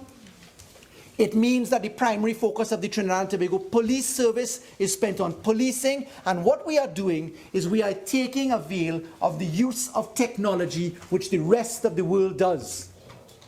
And in taking avail of the technological advances available to us right now, we took careful reflection of Australia, we took careful reflection of Jamaica, we took careful reflection of Canada, in particular the province of Alberta, we took careful reflection of the United Kingdom. In looking at the advances right there in Jamaica, I went to the Ministry of Works equivalent in Jamaica. I met with my counterpart, the Attorney General. We looked at their data management system, and what we did was to borrow from that system exactly what they were doing. We married in that roundtable experience the ability which this law now prescribes in this bill to say to people, you will no longer be bound by the confines of having to go to the district where you received the ticket to pay it. You were on vacation down in Mayaro, you got a summons there, you'd have to find yourself from San Fernando to Mayaro, or from Port of Spain or Icarcus to Mayaro. You no longer need to do that. You have the ability instead to make electronic payments by operationalizing that system into any place that is approved for the receipt of revenue. The data management is uploaded directly into the system. The minute you get a ticket, it's done so electronically, not only through the red camera, red traffic light, breaking a traffic light system, but also through what is to come next, which is red spotters, traffic light spotters on posts, on different positions, on archways, where your speed can be monitored. And what we're saying now, finally technology comes forward to allow you to not be bound to the place where you received your summons or required to go. Next, to use technology for the issuance of tickets and the real-time management, as Jamaica does, on a simple web-based system developed by Massey Technologies and now taken over by the government of Jamaica in their version of iGov on a simple data platform. Then you allow for the system of triggering a judicial process only when the accused says, I want to challenge the violation. So previous system, current law says, occupy 100% of the resources, whether they come or not. The new system proposes, as a feature of this bill, that the accused in a traffic light enforcement, red traffic light, or the accused, a violator in the breach of a fixed penalty aspect, if you want to contest the system, issue a notice of citation after you've been given time to pay, after you've been given the opportunity to reconsider. Take a whole 30 days as the bill proposes. You have then another 45 days. If you want to go to court, send your citation notice. When that citation notice is sent, then and only then do the players come to court. Electronic transmission of documents to the court. The policeman or the inspector, as it is in the red light traffic, then and only then do they come to court. But 20 minutes. What we actually do further is to say to the country, you can actually proceed in absentia. If the person is summoned to court, you have the ability, if there is no appearance, to proceed ex parte. Now, why do we say that? It's recognizing that there's still a due process position, that there is a matter of appeal that is layered onto that. But when you take it through the ultimate projections, after you've passed through the court system, after you found yourself guilty of a violation, you have a range of novel remedies available now. Instead of being subjected to an offense under the Summary Courts Act, instead of having the application of Section 64 of the Interpretation Act cause you to fall within the realm of treatment under the criminal laws of Trinidad and Tobago, instead of that, we say if you are going to find yourself the subject of suspension or termination or an inability to transact business, that the licensing authority must go another step of due process, another step of natural justice, and tell you that they intend to do what they intend to do and allow you an opportunity to object and participate. So there are multiple layers of due process, there are multiple layers of natural justice. And what the system allows for the first time in Trinidad and Tobago is for us to put into operation on a system already primed for operation, having backfilled the data, having backfilled the entry of all of the digital requirements to make the system done, allow a system for the first time now to go to work to ease doing business with the judiciary of Trinidad and Tobago, to ease the workload on the Trinidad and Tobago Police Force service, to ease the workload on the magistracy, to allow for the criminal justice system to be better focused and oriented. But it comes alongside the operationalization of the criminal proceedings rules, which again has come into effect in April of this year. On the 18th of April, Trinidad and Tobago saw for the first time in its history the operationalization of the criminal proceedings rules, also intended to treat with the rise and sit time of the magistracy, the better management of caseloads, so that justice can begin to flow properly. When you look at this issue, we're hitting multiple targets. We're hitting revenue. We're hitting use of manpower. We're hitting value for money on manpower. We're hitting better use of technology.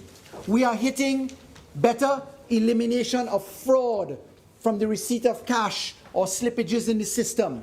We are creating jobs by the use of technology and those who have to maintain and implement and work technology.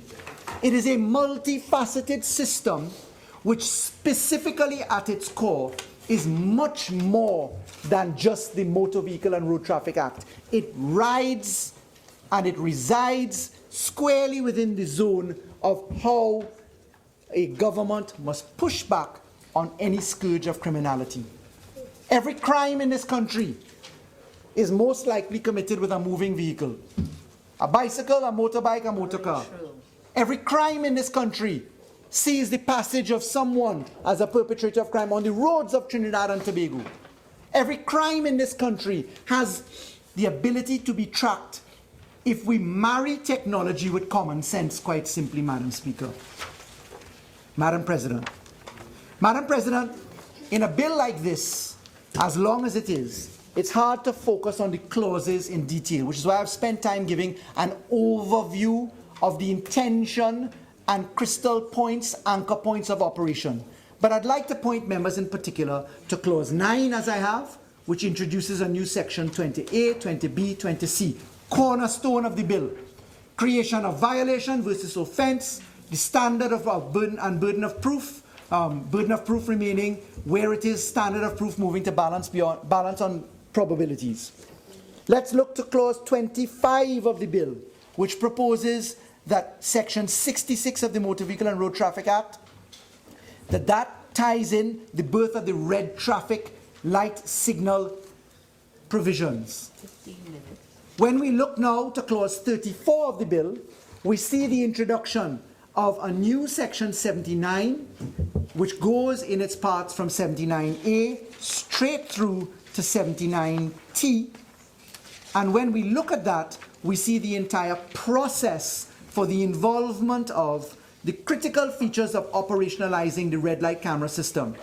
The definition of citation notice, court clerk, fixed penalty, who the inspection officer is, how the notice to contest is issued, how the maintenance and evidence from the red light cameras to be done, how the process of challenge goes, what the time frame for challenge is, what the time frame to change your mind and pay is, what the uploading of response is, what the requirement for complainant to attend court is, what the jurisdictional triggers are. And by that I mean, as we see in the new 79K, when the judicial process calls for the participants to come. We look to the qualifications of those who have to inspect.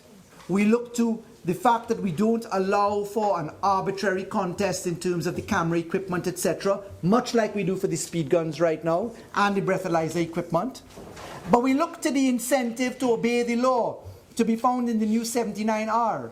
In 79R, we say if you don't pay when you should have, after all of that process, if you don't pay within 14 days, you're going to have to pay 1.25 times the amount. In other words, then you're going to add a quarter of what you have to pay to the bill.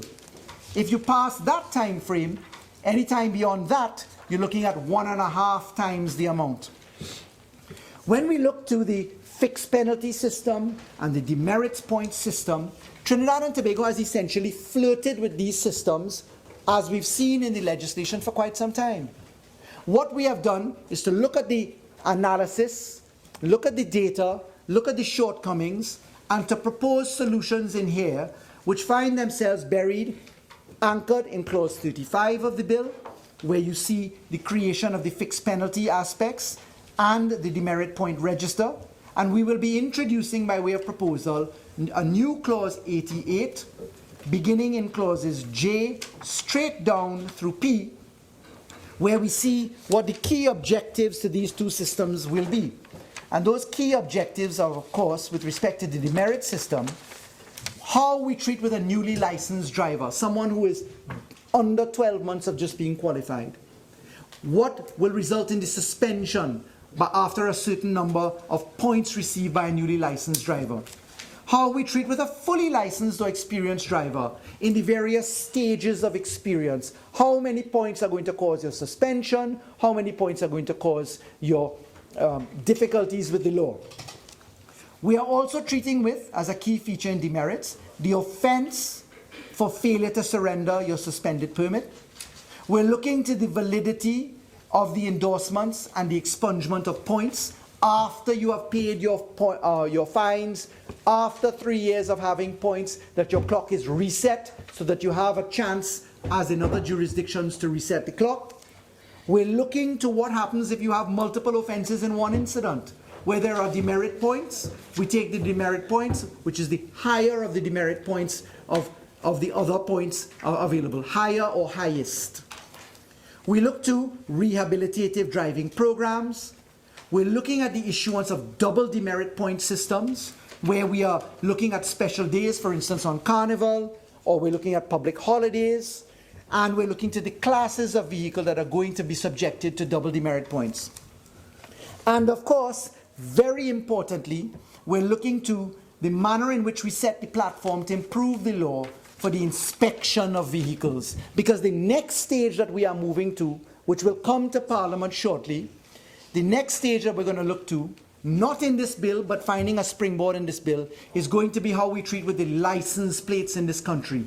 And I can tell you, and the Minister of Works and Transport will confirm, that we intend to introduce RF identification plates to Trinidad and Tobago, where you have to have the replacement of every single plate on every single vehicle, beginning with the latest in registration and working your way back, so that you deal with the ownership issues, fraud issues, and in particular, maintenance of your plate and technology year on year in a current form and fashion.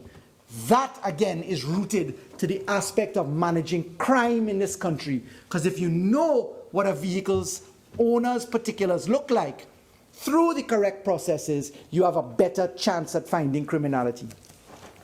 On the fixed penalty system, of course, we have the immediate consequence.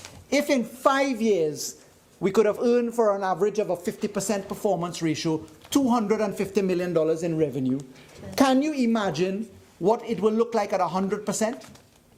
Right here at the Parliament traffic light, the data obtained from the Parliament traffic light shows that that light is broken 4,000 times a month.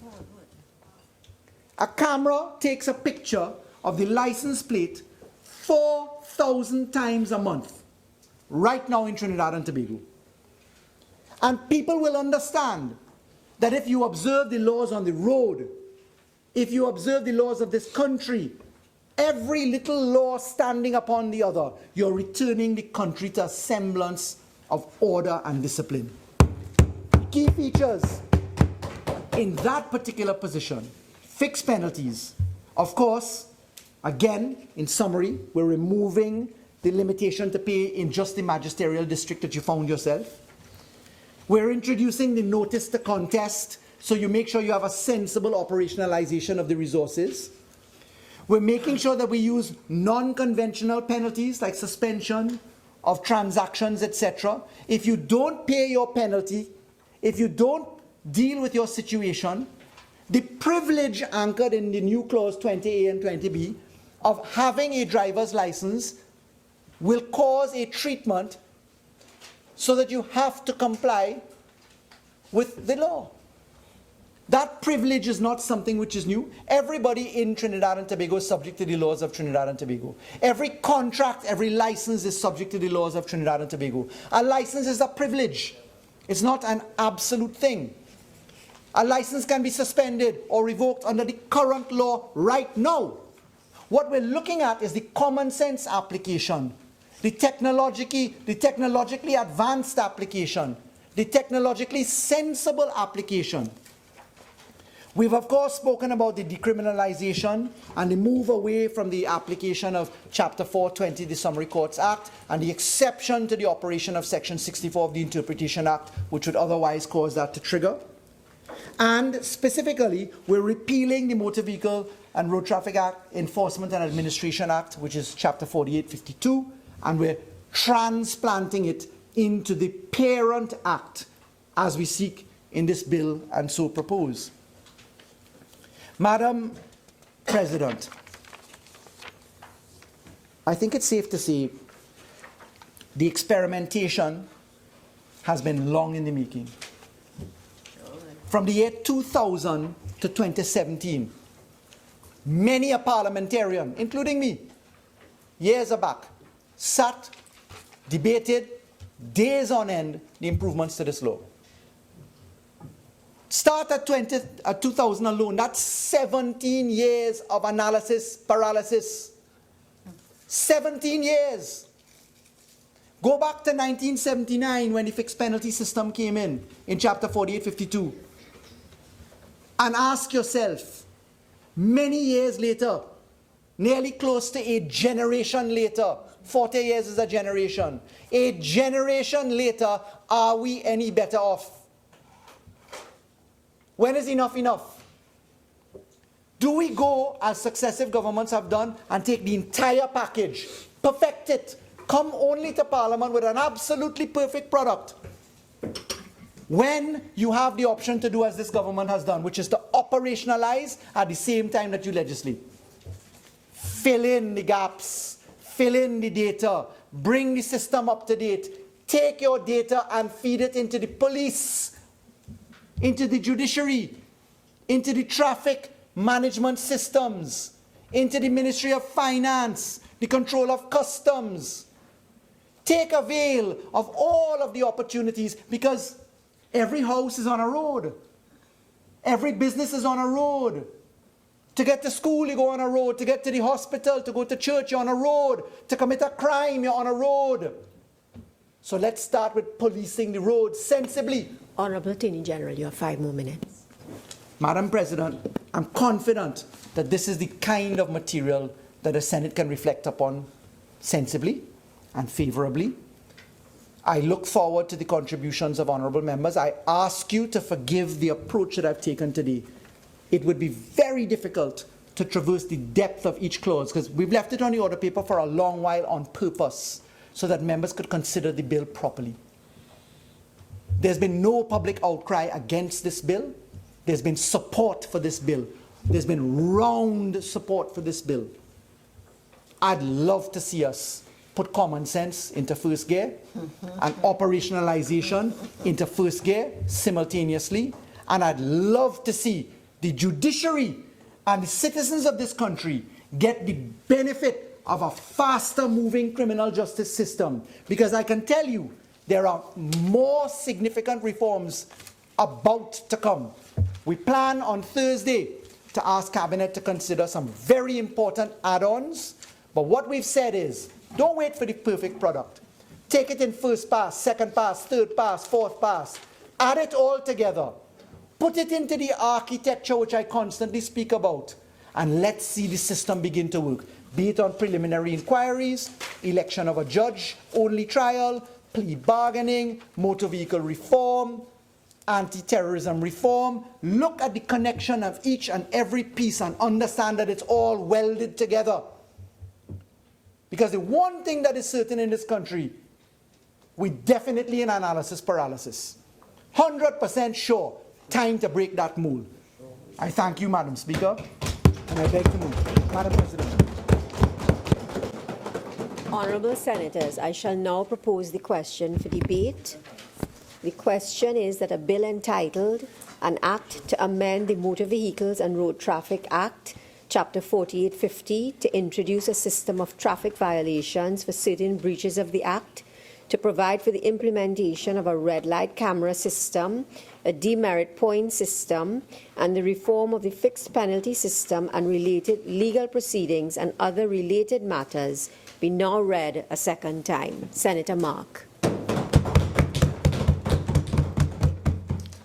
Thank you very much, Madam President. I rise to make my contribution on behalf of the opposition, the alternative government, on a bill to amend the Motor Vehicles and Road Traffic Act in order to introduce a system of traffic violations for certain breaches of the Act, and to provide for the implementation of a red light camera system, along with a demerit points system, and the reform of the fixed penalty system and other related legal proceedings. The Honorable Attorney General has stated that the time is over, or should be over, for what he described as analysis paralysis.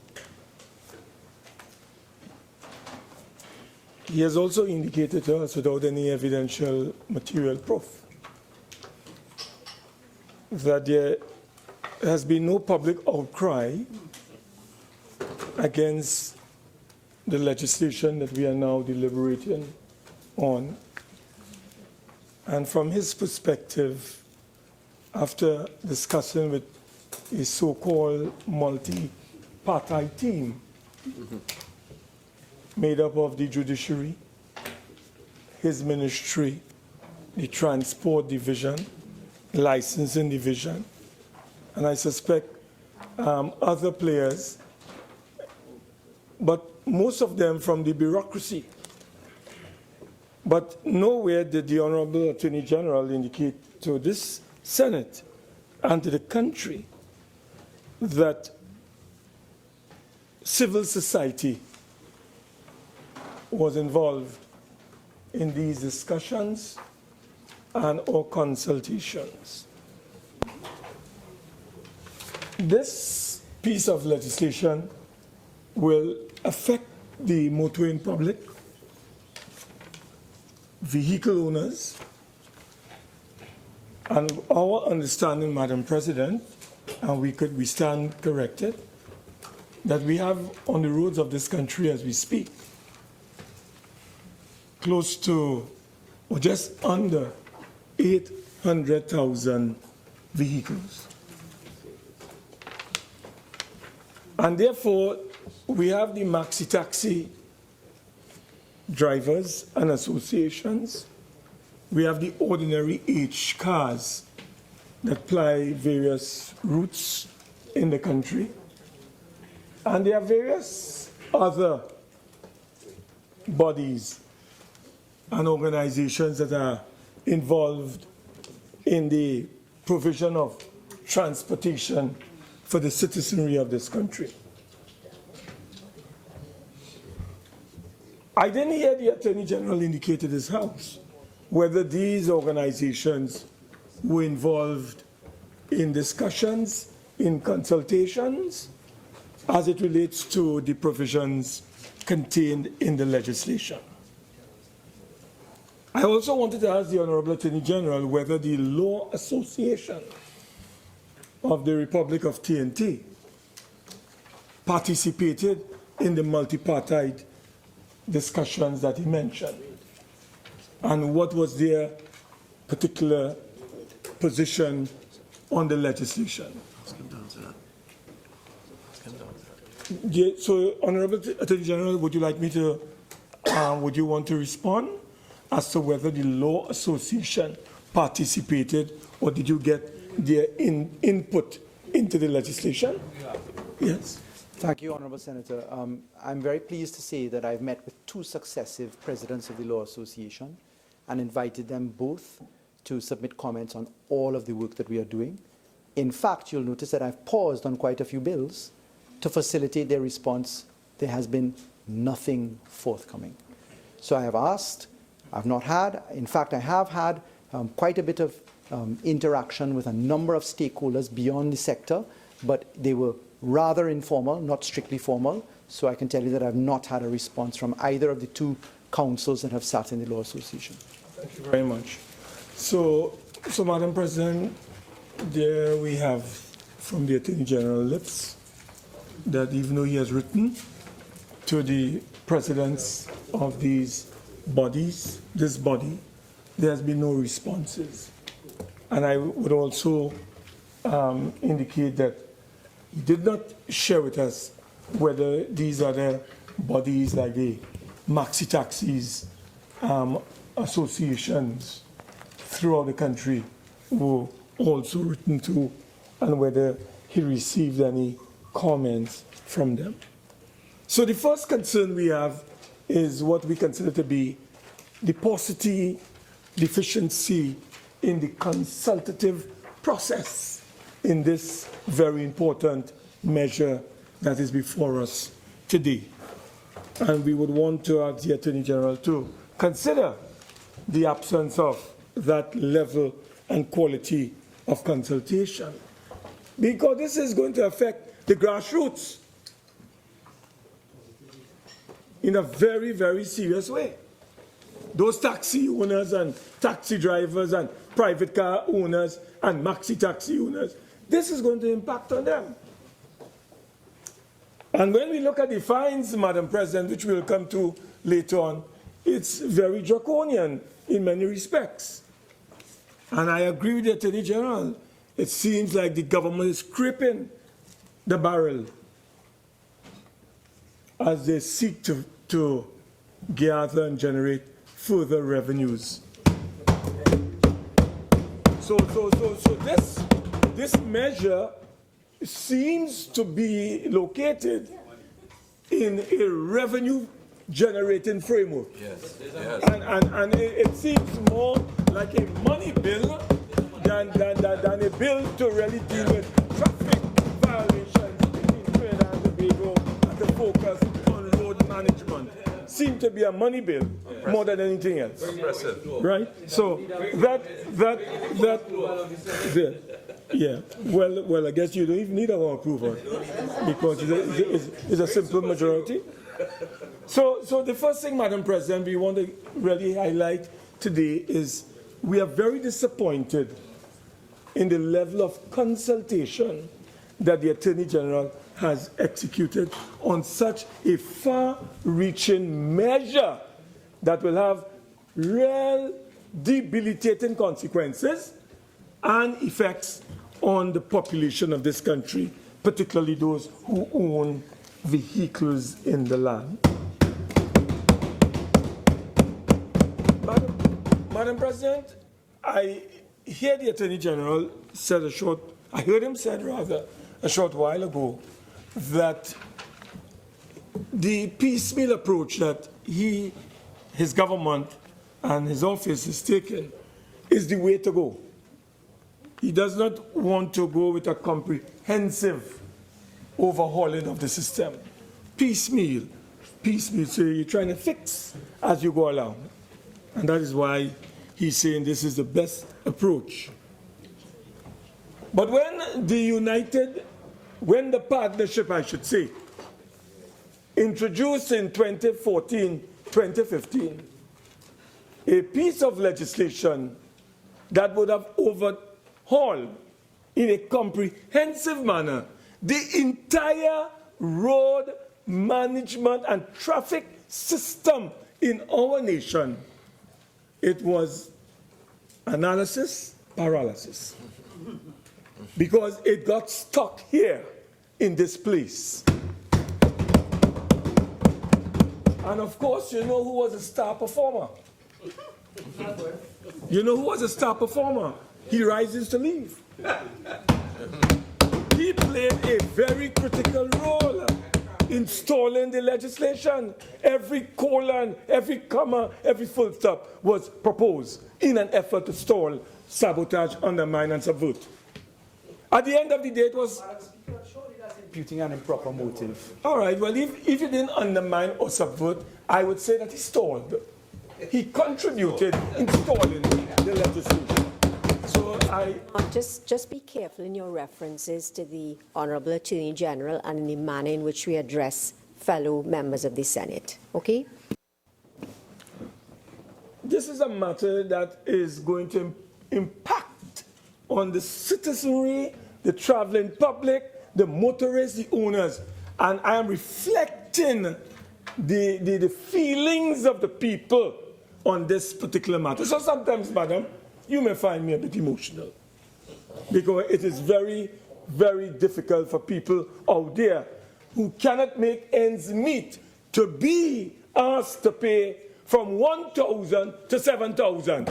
You know, it is very, very difficult, Madam President, to ask poor people to pay that kind of money in the country. Madam President, as I indicated earlier, when we had proposed major changes and overhauling of the system, we didn't get the support of the then PNM opposition. Everything was done, as I said, to ensure that things were not, or things did not progress in the way that we would have liked. What I would have liked the Honorable Attorney General to tell us is that he did provide us with some statistics on what takes place in the courts, the amount of cases that are currently outstanding, the amount of revenues that we have spent and what we have got in return, the percentage of compliance. All of these things were articulated by the Honorable Attorney General. But he didn't tell us, Madam President, with the implementation of this measure, how much revenue would Trinidad and Tobago earn? Because you must have done your calculation. You must indicate to us with this new system that is being debated here today, what is the anticipated earnings of revenue that the government would realize, Madam President? Madam President, this is tinkering with the system.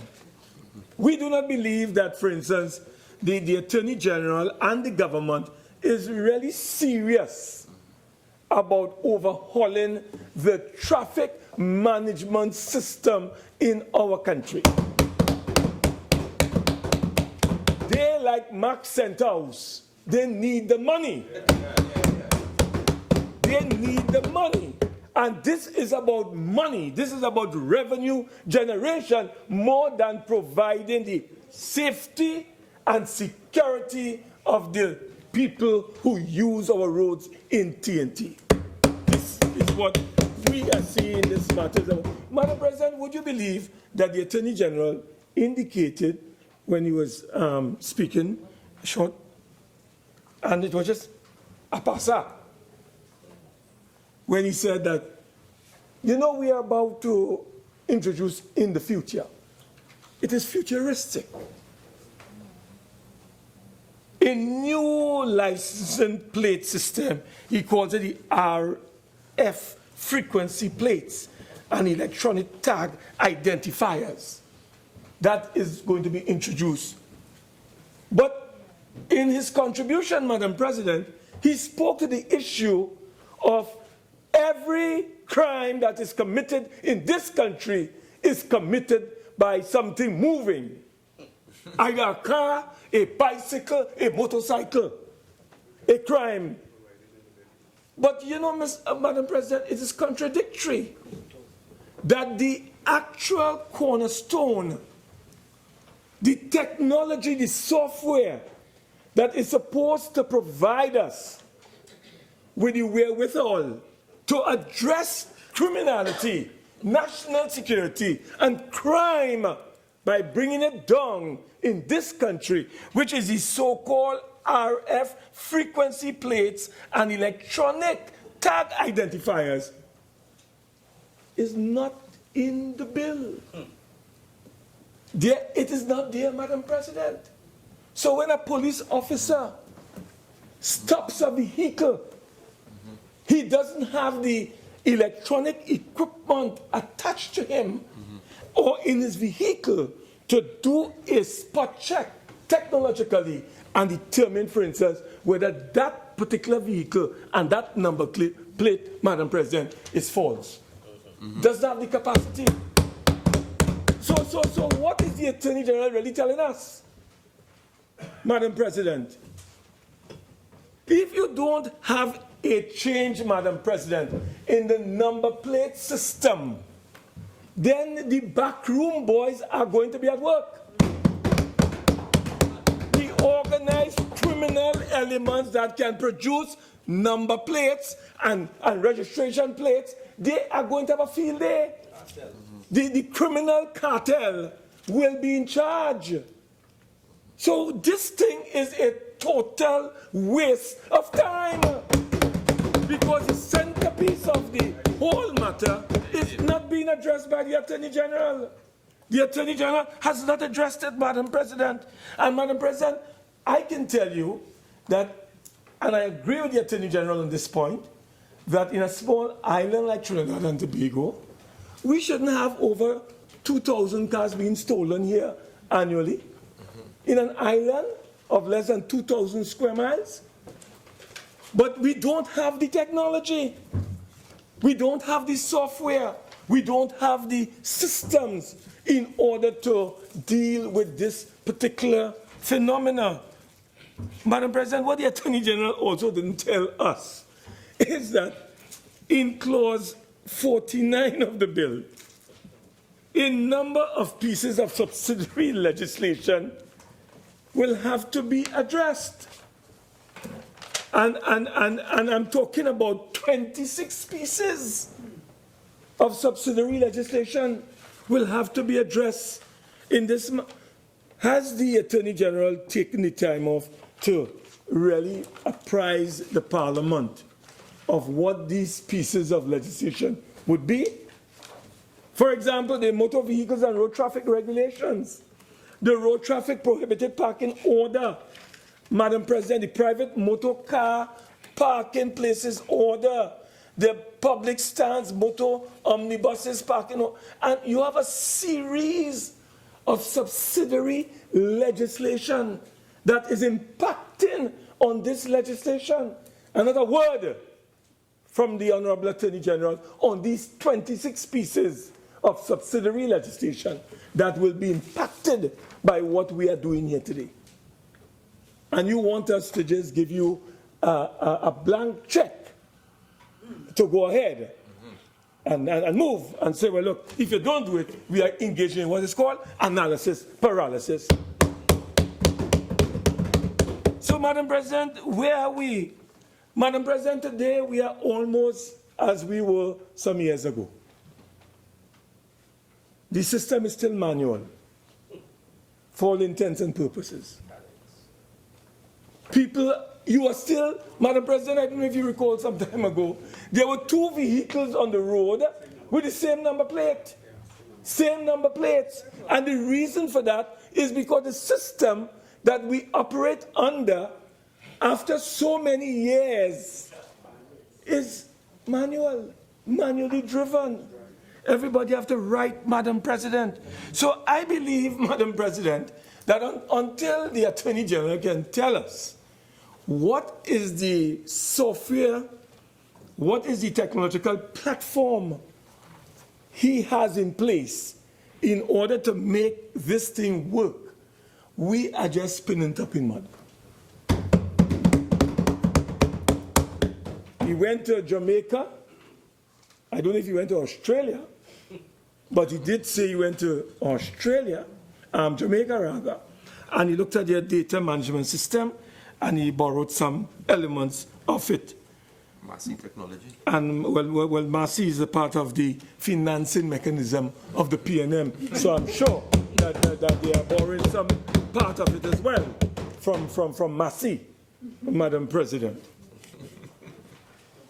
So, Madam President, when we talk about road safety, who can be against seeking to introduce measures to reduce road deaths on our roads of Trinidad and Tobago today?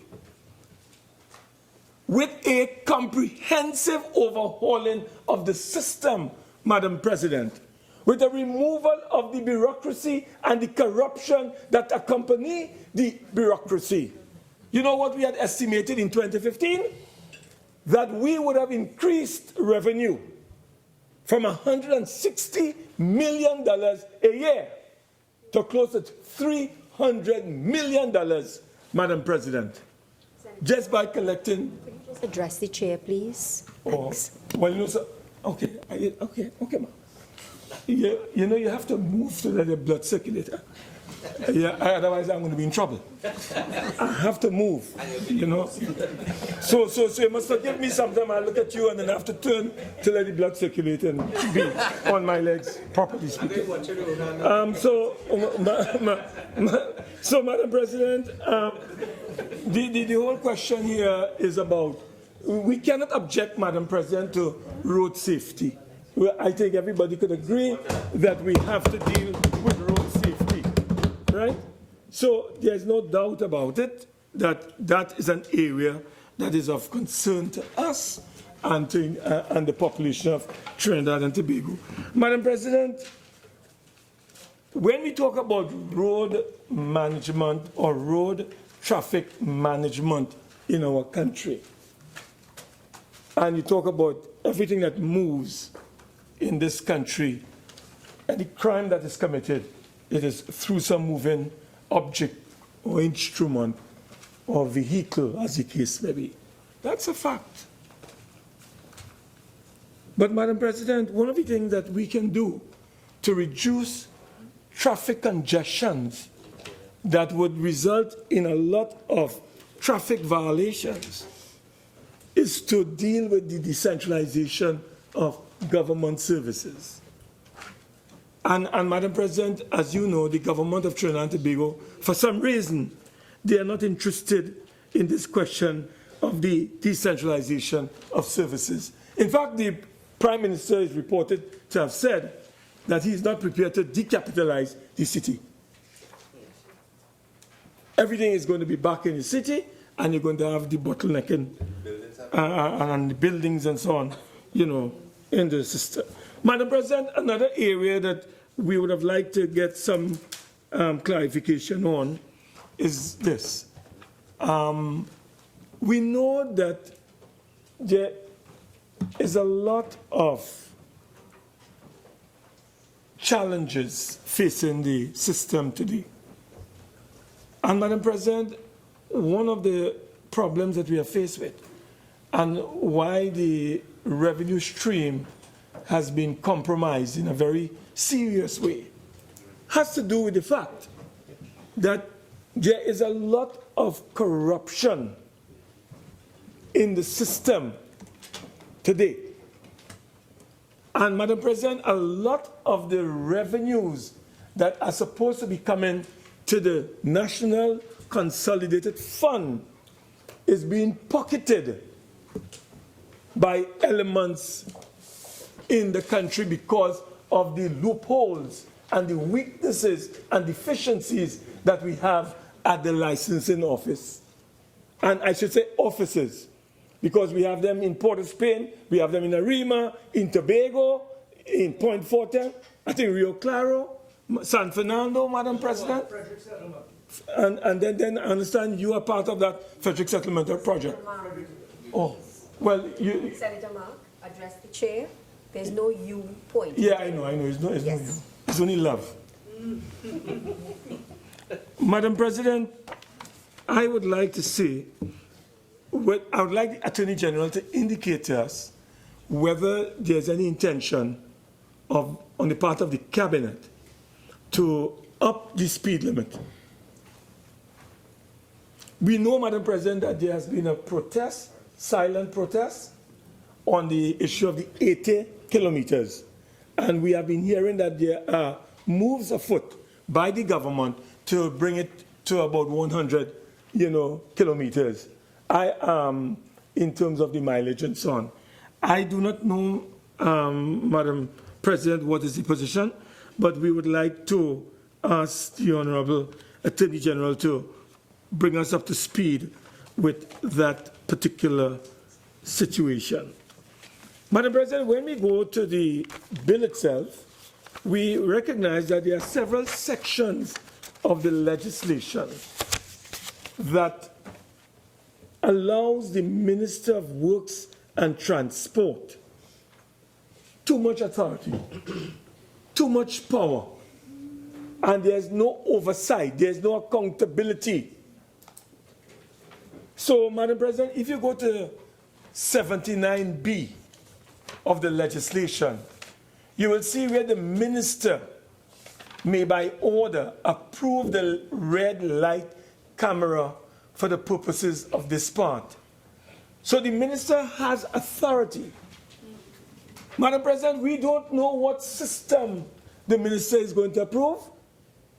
So on the one hand, the Attorney General is telling us, Madam President, what happened in the past was legislation and then operationalization. The Honorable Attorney General was really telling us with this legislation, it is both operating simultaneously. But therein lies the conundrum, the contradiction. Because we are being told in section 79B1, 79B2 rather, that the minister will by order approve the red light camera system for the purposes of this part. Unless, Madam President, the minister has done that already. But if the minister has not done that already, then what are you asking us to do as parliamentarians? To give you a blank check? No, we want oversight. And I want to tell this government, this parliament is not in your back pocket, you know. Senator Mark, I think the blood is over circulating now. Please have a seat, because you're not addressing the chair. So, yes. Yes, Madam President, I want to advise this government that this parliament, this Senate, and both houses of parliament do not reside in their back pocket. And I want to remind them, Madam President, that under 75(1) of our Republican Constitution, the Cabinet is collectively accountable to the Parliament of the Republic of TNT. And sometimes, Madam President, you get the impression that they believe that this legislature, called the Parliament, is simply a rubber stamp. And they just come, they pass, they put a bill, and they expect us to say aye. No! Madam President, so we are submitting to the Honorable Attorney General. Firstly, the minister may by order, and there is an amendment subject to an affirmative resolution of the Parliament, be allowed to introduce the camera system. We want to know what is involved, Madam President, because you know why, Madam President? A number of citizens are going to be affected by the measures in this legislation. And we as members of Parliament, even though we are not elected, we go out there and speak to the people. And we must be able to explain to them what this camera system is all about, this red light camera system. So we need to get before us the information. And therefore we are demanding, Madam President, that there be an amendment, an appropriate amendment to the legislation to deal with this matter. Madam President, as I'm on that, let me just deal with there are some other areas where we found that the minister has a lot of authority and he does not have the accompanying responsibility to the legislature. So if you go to 88D and you go to subsection 1, here the power of the minister. We are giving this minister the following powers. And, Madam President, how is that coming? By order. The minister and the government is proposing it be subject to a negative resolution. We are saying no. Madam President, it must be subject to an affirmative resolution. Listen to the powers that the Honorable Minister of Works and Transport, not necessarily the Honorable Minister now, because this is for the office holder, whoever that person happens to be. It might be me, because you are just buying time. We are coming across here just now. You never know, I might be there in no time. So, Madam President, hear what is going on. The minister may from time to time, by order, add any traffic violation to the 9th schedule and prescribe in respect of that traffic violation a fixed penalty not exceeding 5,000. So the minister has that power. The minister has the power, Madam President, to remove any traffic violation from the 9th schedule. Isn't that sweeping? Yes. Yes. This is a country, Madam President, which is small. It's a small country. Everybody knows everybody. Everybody is a friend of everybody.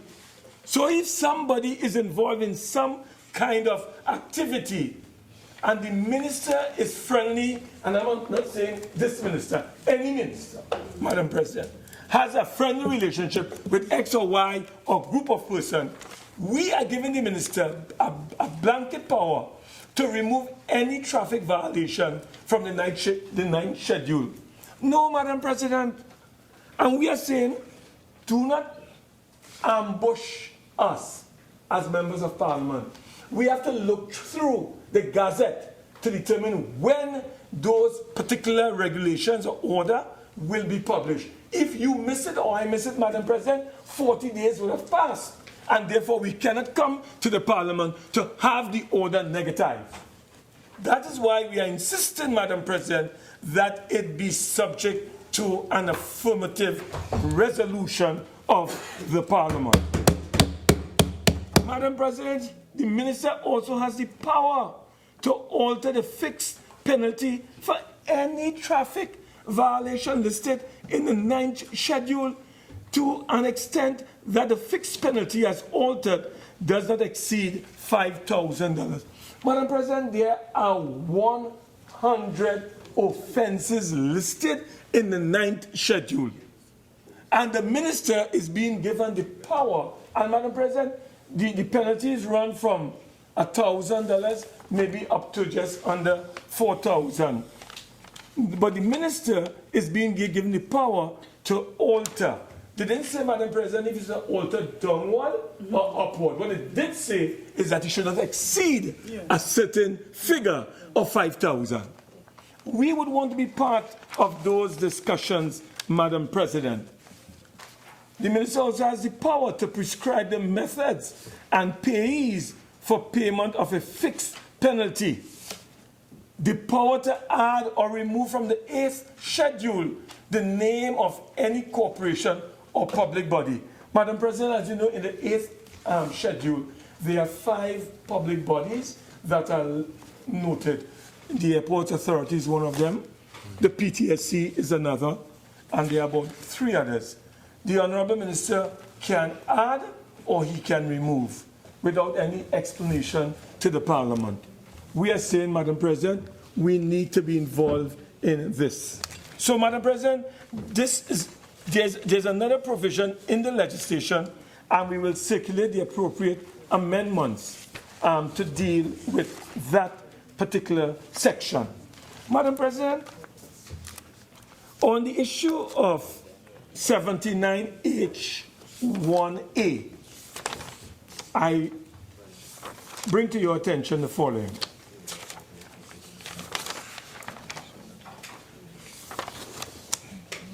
I bring to your attention the following, Madam President.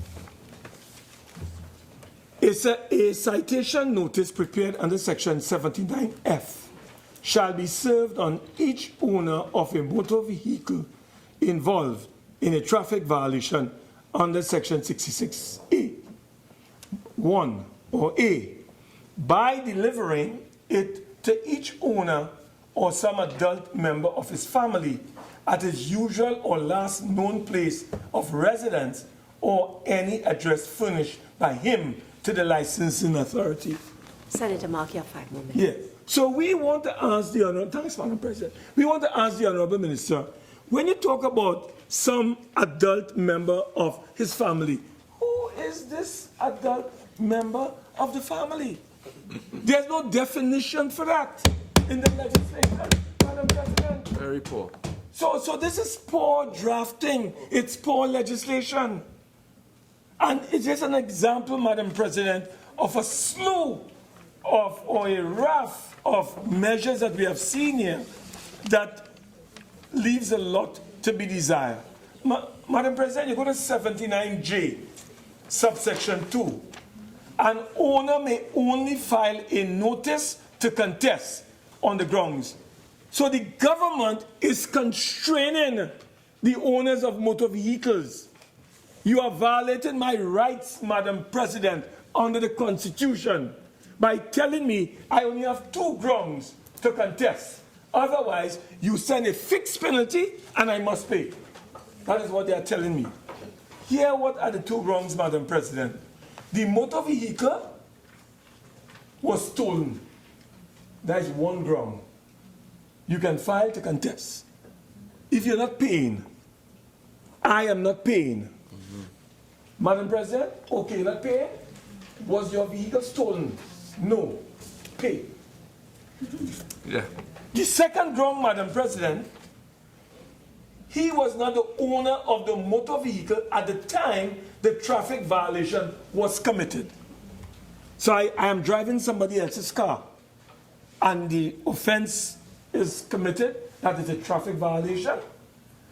I can contest that because I was not the owner of the vehicle. So the owner can contest that. So you have now confined me to 2 provisions alone or grounds to contest and to give notice, Madam President. We are saying this is wrong.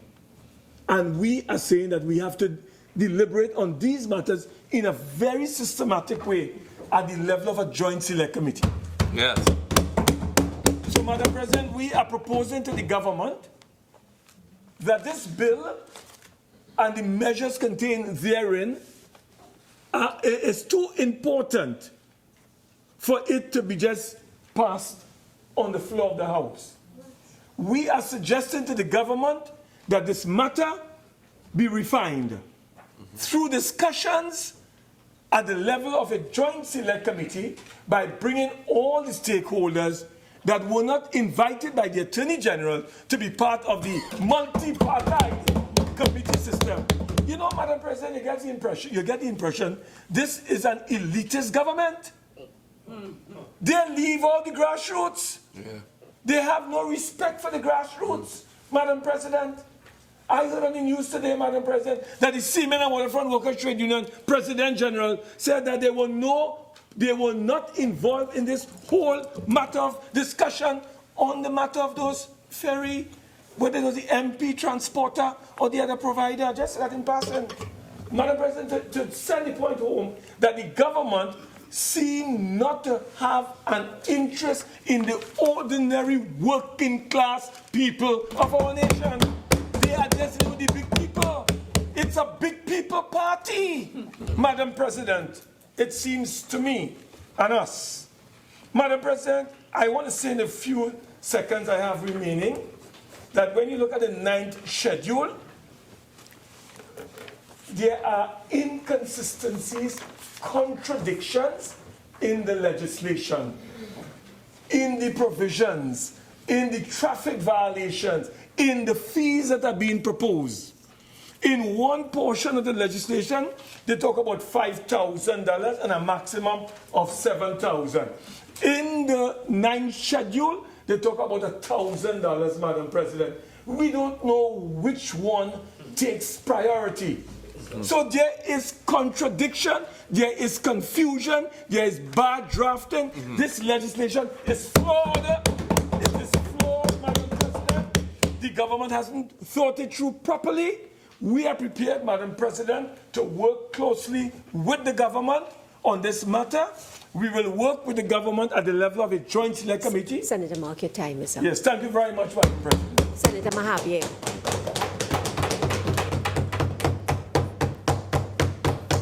Thank you very much, Madam President.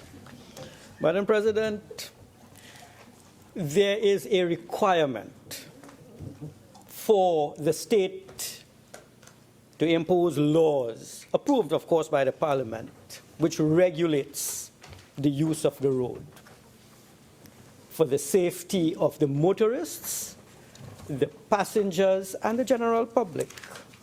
And so I agree with the Honorable Attorney General that we need to review this very large piece of legislation, 4850, so that the laws governing traffic and road use in Trinidad and Tobago can, of course, be always consistent with the public interest.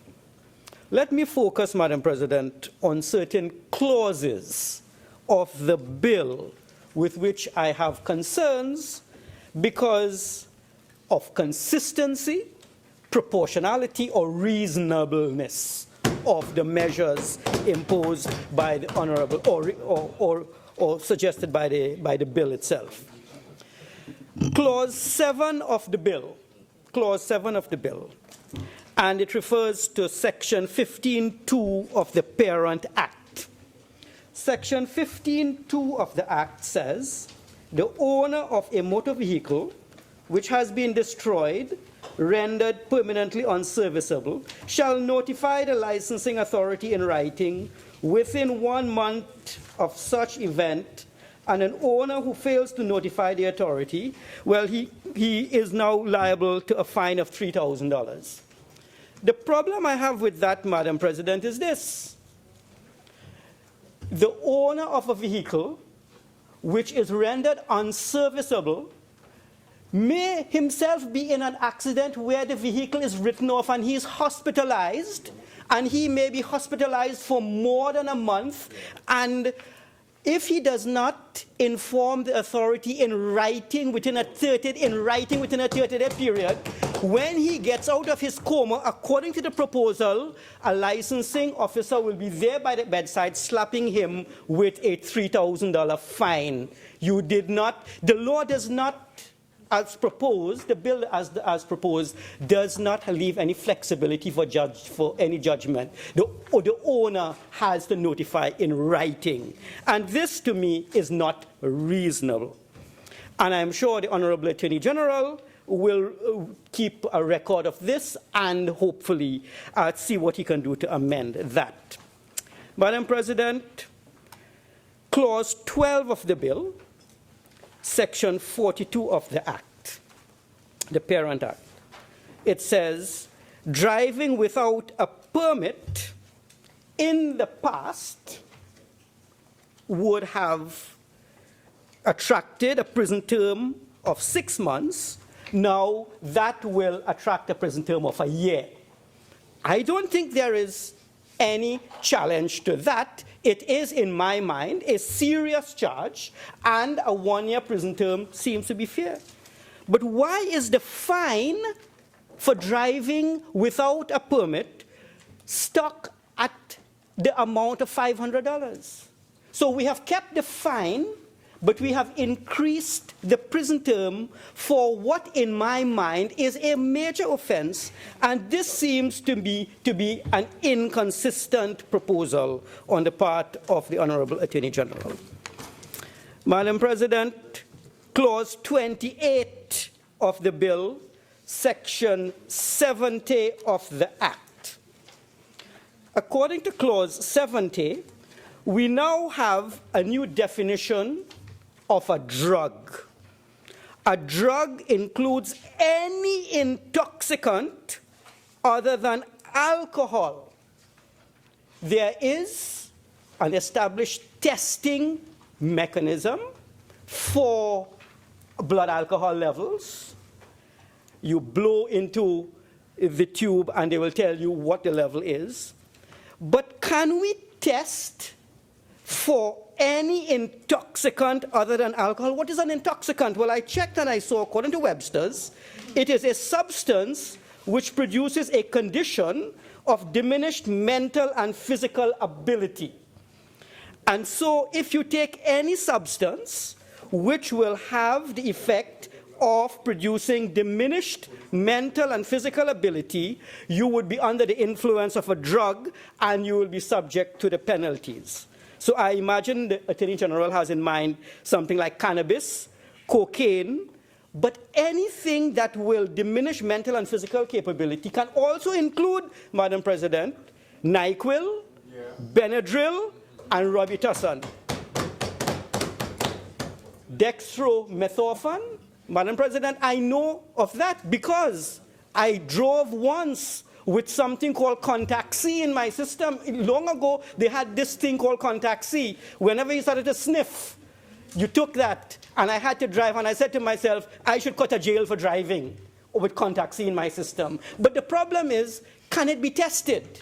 And if it cannot be tested, then no charge can be brought or laid for someone who is driving under the influence of any of these substances, including NyQuil, then I think it would make better sense not to place that in the legislation, since we can't prosecute someone who is driving under the influence of Benadryl or NyQuil, which is an intoxicant, as well as any of the other psychotropic substances that we are talking about. I think a public education campaign simply advising people that whenever you are taking these medications, please refrain from driving, more than having it in law, which will never be enforced. Madam President, again, clauses. Clause 34, red light cameras. Laudable. And these red light cameras will, I'd imagine, as soon as you drive past them and it's a red light, there will be a sensor that will obtain a photographic image accurate. I saw actually one in existence. It was in the Federal Republic of Germany. I'm driving with somebody and the red light camera came on, and of course, no questions asked. So if it is working efficiently, the thing can in fact provide very good photographic evidence. But are we going to have these red light cameras at each intersection?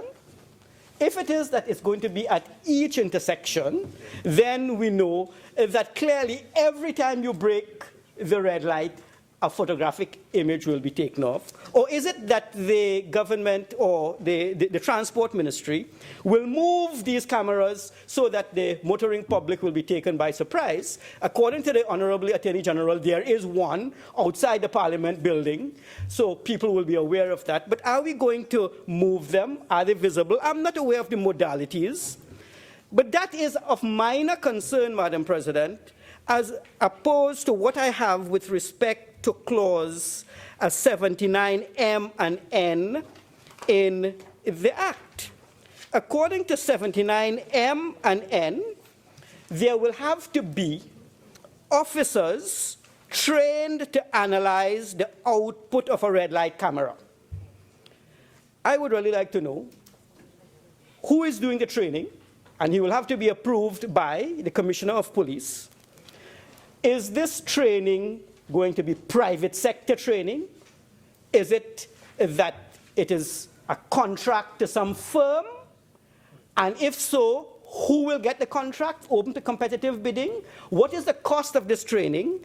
And is it that the institute will be an accredited institute, so that the training provided will simply not be a piece of paper to say you have attended on our course in this, but that you absolutely know how to interpret it? I think there would have to be some more information on that training module, so that those who are deemed to be certified have in fact been certified by an accredited institute, the Trinidad and Tobago Accreditation Council, for example, to accredit the training. And any contracts, in my mind, for the training, of course, would have to be open and transparent. Let me move, Madam President, on page 19 of the bill. This would refer to Clause 79R3. And it says that the licensing authority may suspend the driving permit of an individual, and they will give him or her notice within a reasonable time with respect to they will give within a reasonable time, Madam President, a reason for the suspension. I would think reasonableness is too vague, and I think that if someone has his driving permit suspended, we should ask the licensing authority to provide the reason within a 30-day period, as opposed to a period determined by them. It would make it a little bit fairer, and I think it would be a little more transparent. Clause 35 of the bill, Madam President, Section 81(2) of the Act, it says, where a constable finds a vehicle on any occasion and has reason to believe that a traffic violation is being or has been committed in respect of that vehicle, the constable may affix a fixed penalty notice to any part of the vehicle. Where a constable has reason to believe, how is this constable going to get the reason? I can envision, Madam President, mischief. A constable saying, well, okay, I have it out for Mr. X. I know where he works. I could always indicate, according to the law, someone could have told me. This is the evidence of the constable. May I ask that we listen to Senator Mahabir in silence, please? Thank you, Madam President. Yeah, you see, the constable has reason to believe. We need to identify how did he come about to have reason. Because, you see, there was a day, Madam President, not so long ago, called a day of total policing, where the police had reason to believe they could shut down the East-West corridor. And we need to defend the public interest by not giving such a wide range to the police officers who can use the law as currently proposed to harass ordinary people, knowing full well that there are no grounds to give a ticket to this individual, but the law permits him based upon the vagueness. So I'm sure the Honorable Attorney General will address that matter to make the reasons much more clear-cut, transparent, and precise. Madam President, yes, and Senator Sturgeon, I'm sure you have a lot to come out of as well.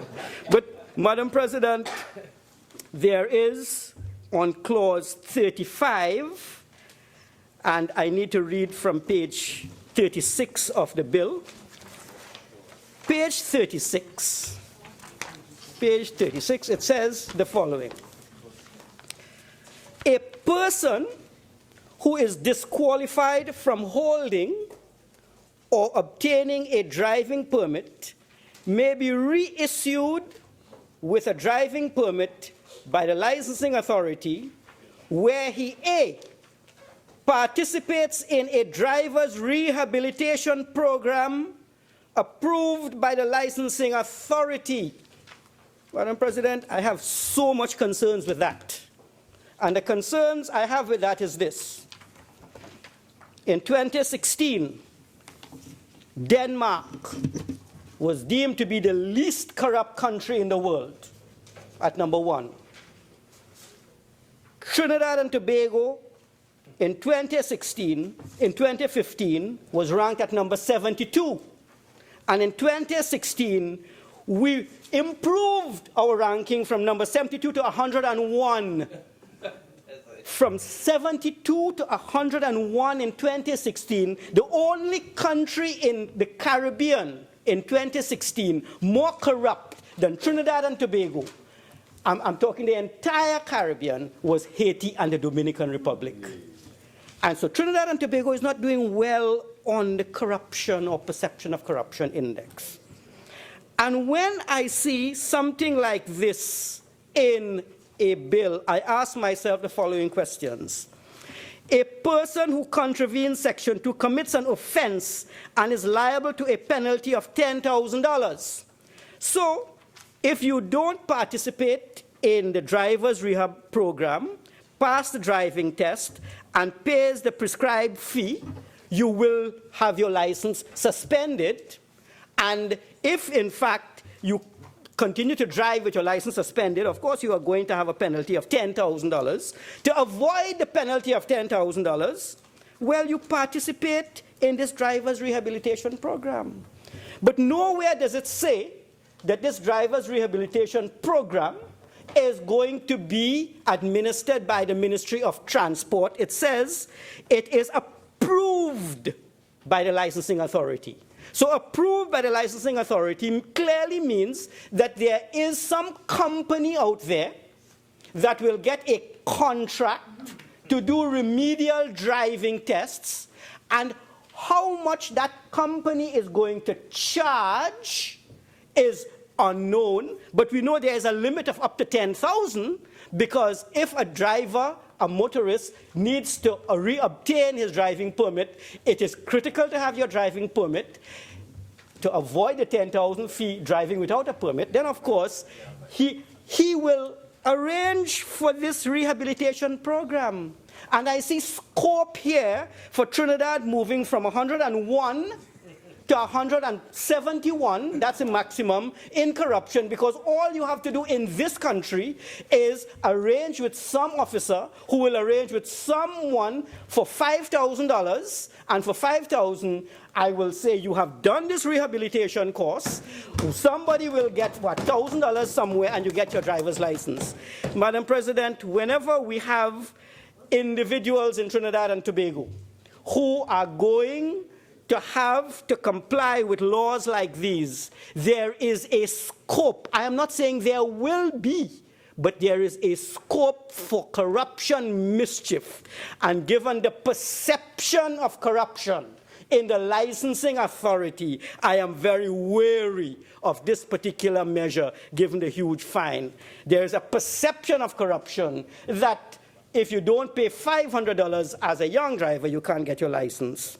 And so we need, Madam President, to look at this very carefully and ask ourselves whether we don't want to amend this a bit or have the rehabilitation program administered by the licensing authority itself. Not that we would eliminate corruption, but hopefully we will minimize it, and we could also reduce cost. Because what is of concern to me is the cost of this program.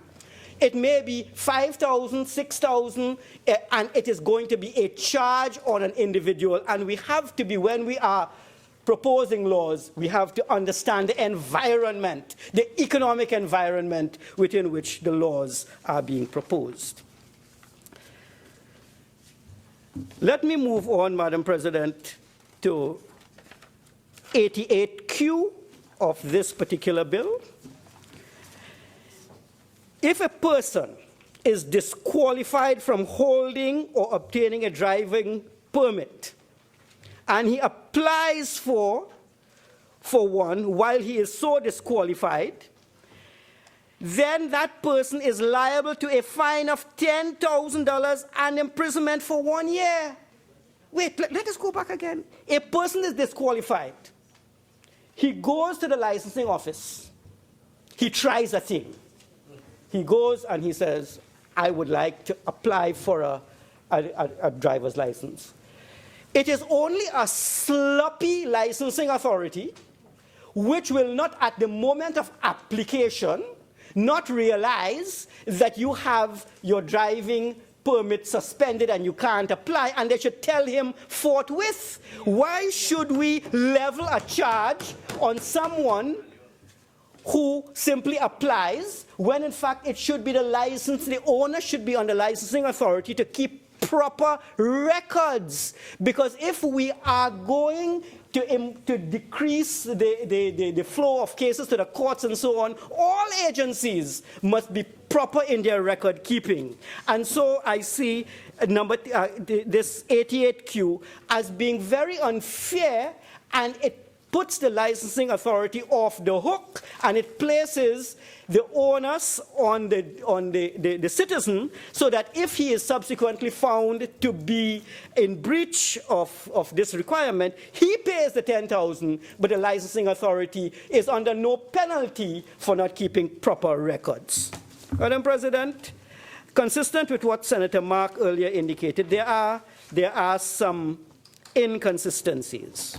And I would recommend that these inconsistencies be, of course, examined by the staff of the AGs. Because, you see, the objective of traffic law is really to ensure that there is safety for all users of the road. Let us look at the 9th schedule. In the 9th schedule, under 9.8, 9.8 says, failure of a driver and any passenger 17 years and over to wear a seatbelt while the vehicle is in motion, 4 demerit points and $1,000 in fine. I think that is fair. But look at 9.7. 9.7 says riding a motorcycle without a safety helmet, $450 in fine, 2 demerit points. So let's go back. According to the Advocates for Auto and Highway Safety, you can Google them, Advocates for Auto and Highway Safety. It's a website in the United States.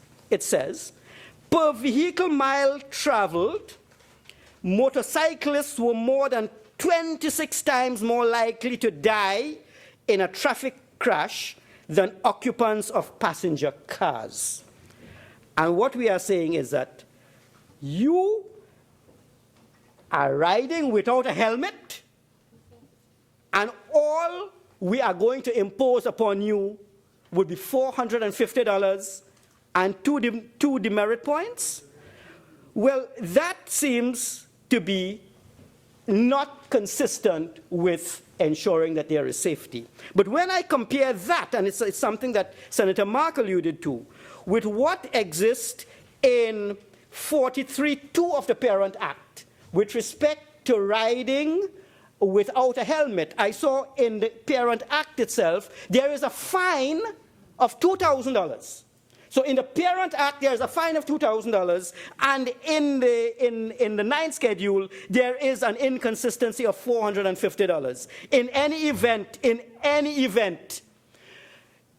they can say it's an error between the $450 in the 9th schedule and the $2,000 in 43.2 of the Act, but 2 demerit points for undertaking an action, which this US website says is the most dangerous of all activities one could contemplate on the road. So I think the Attorney General will have to examine that inconsistency between the seatbelt, 4 points. So you don't wear a seatbelt, 4 demerit points. You don't wear a helmet, 2 demerit points. I cannot see the thinking or the logic in that. Let us again, Madam President, go down to some other items in this particular schedule, 9th schedule.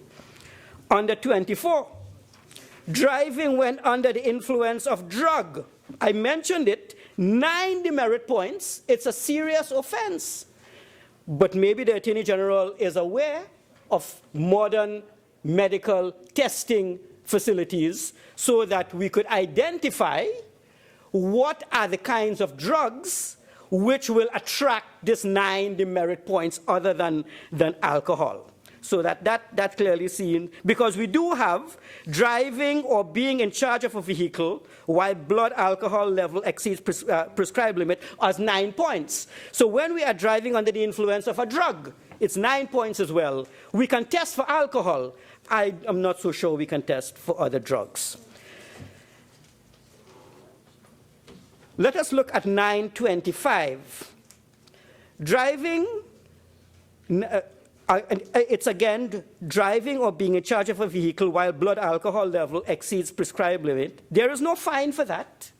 There's only demerit points 9. But why are we not putting a fine on that? I think of all the driving activities that I have seen on the schedules, there are 2 in my mind which are the most egregious. That's a word the lawyers like to use. One is riding a motorbike without a helmet. I think that is reckless and irresponsible, and it certainly is 26 times more dangerous than any other form. And then driving drunk. 2 issues. Driving drunk is a major offense when you look at the data, and yet we are only imposing a demerit point, but we're not imposing a fine. I think that should carry a stiff fine. Let us look at 932. 932 says, standing for hire at a place not appointed for the purpose. 932, Madam President, refers to PH cars. And 932 simply is saying, well, we frown upon this practice, 750 points, but 3 demerit points. So clearly, according to what is before us, making a hustle in an afternoon to make a few dollars or with a PH car, it is known as Uber in many other jurisdictions. In Trinidad, it is PH. But you will get 3 demerits for that. Motorbike, 2, no helmet. So it's more dangerous making a hustle. More dangerous. I think what we need to do, instead of criminalizing the man, the PH, let's regulate and get the Uber system going because of the chaotic system that public transport is in Trinidad and Tobago. Uber did not arise, Madam President, because it was just a space. It arose because there was a clear need for it, and we need to look at that as well. Let us look, Madam President, at 940. 940, that's in the schedule. Failure to produce a vehicle for inspection, driving a vehicle without a valid inspection sticker. 9 demerit points. Failure to have your sticker and failure to have the vehicle inspected, 9 demerit points. But look at 41. A law must be consistent, you know. Vehicle with defective brakes. So, Madam President, look at this. A vehicle with defective brakes. You have your sticker. You paid somebody to get the sticker. The vehicle has, the police stops you. Say, mash a brake, no brakes. 3 demerit points. 3 demerit points, $750. But you could have a car like my Corolla PAM 6687, perfect, no car in this parliament better than that car. But suppose, when I talk machine brake and everything, but suppose I don't have the sticker. I don't have the sticker driving that car. 9 demerit points and $1,000 in fine. But another fellow with his sticker, defective brakes. So, well, partner, you could kill anybody. You could kill yourself, kill passengers. $750 and 3 demerit points. Inconsistency in the law. Madam President, 967. I went through these things carefully, Madam President, because I kind of like cars and things too, you know. So I wanted to see exactly what 967. Permitting excess sparks, smoke or vapor. Permitting what does that mean? How much is excessive? Is there an excessive-ometer that you can measure? I have driven a car once with a muffler broken because I need to go and get it repaired. And I know it's smoking a lot, but was it excessive? Who is to determine excessive? A police will determine, and then you could say, boss, well, you know, a little change. I mean, can you say it's not excessive? Too judgmental and too imprecise. Madam President, let us look at 971. 971, leaving a broken down vehicle on the road unattended. Well, you see, I use the bus route, exactly. I use the bus route to come to Parliament.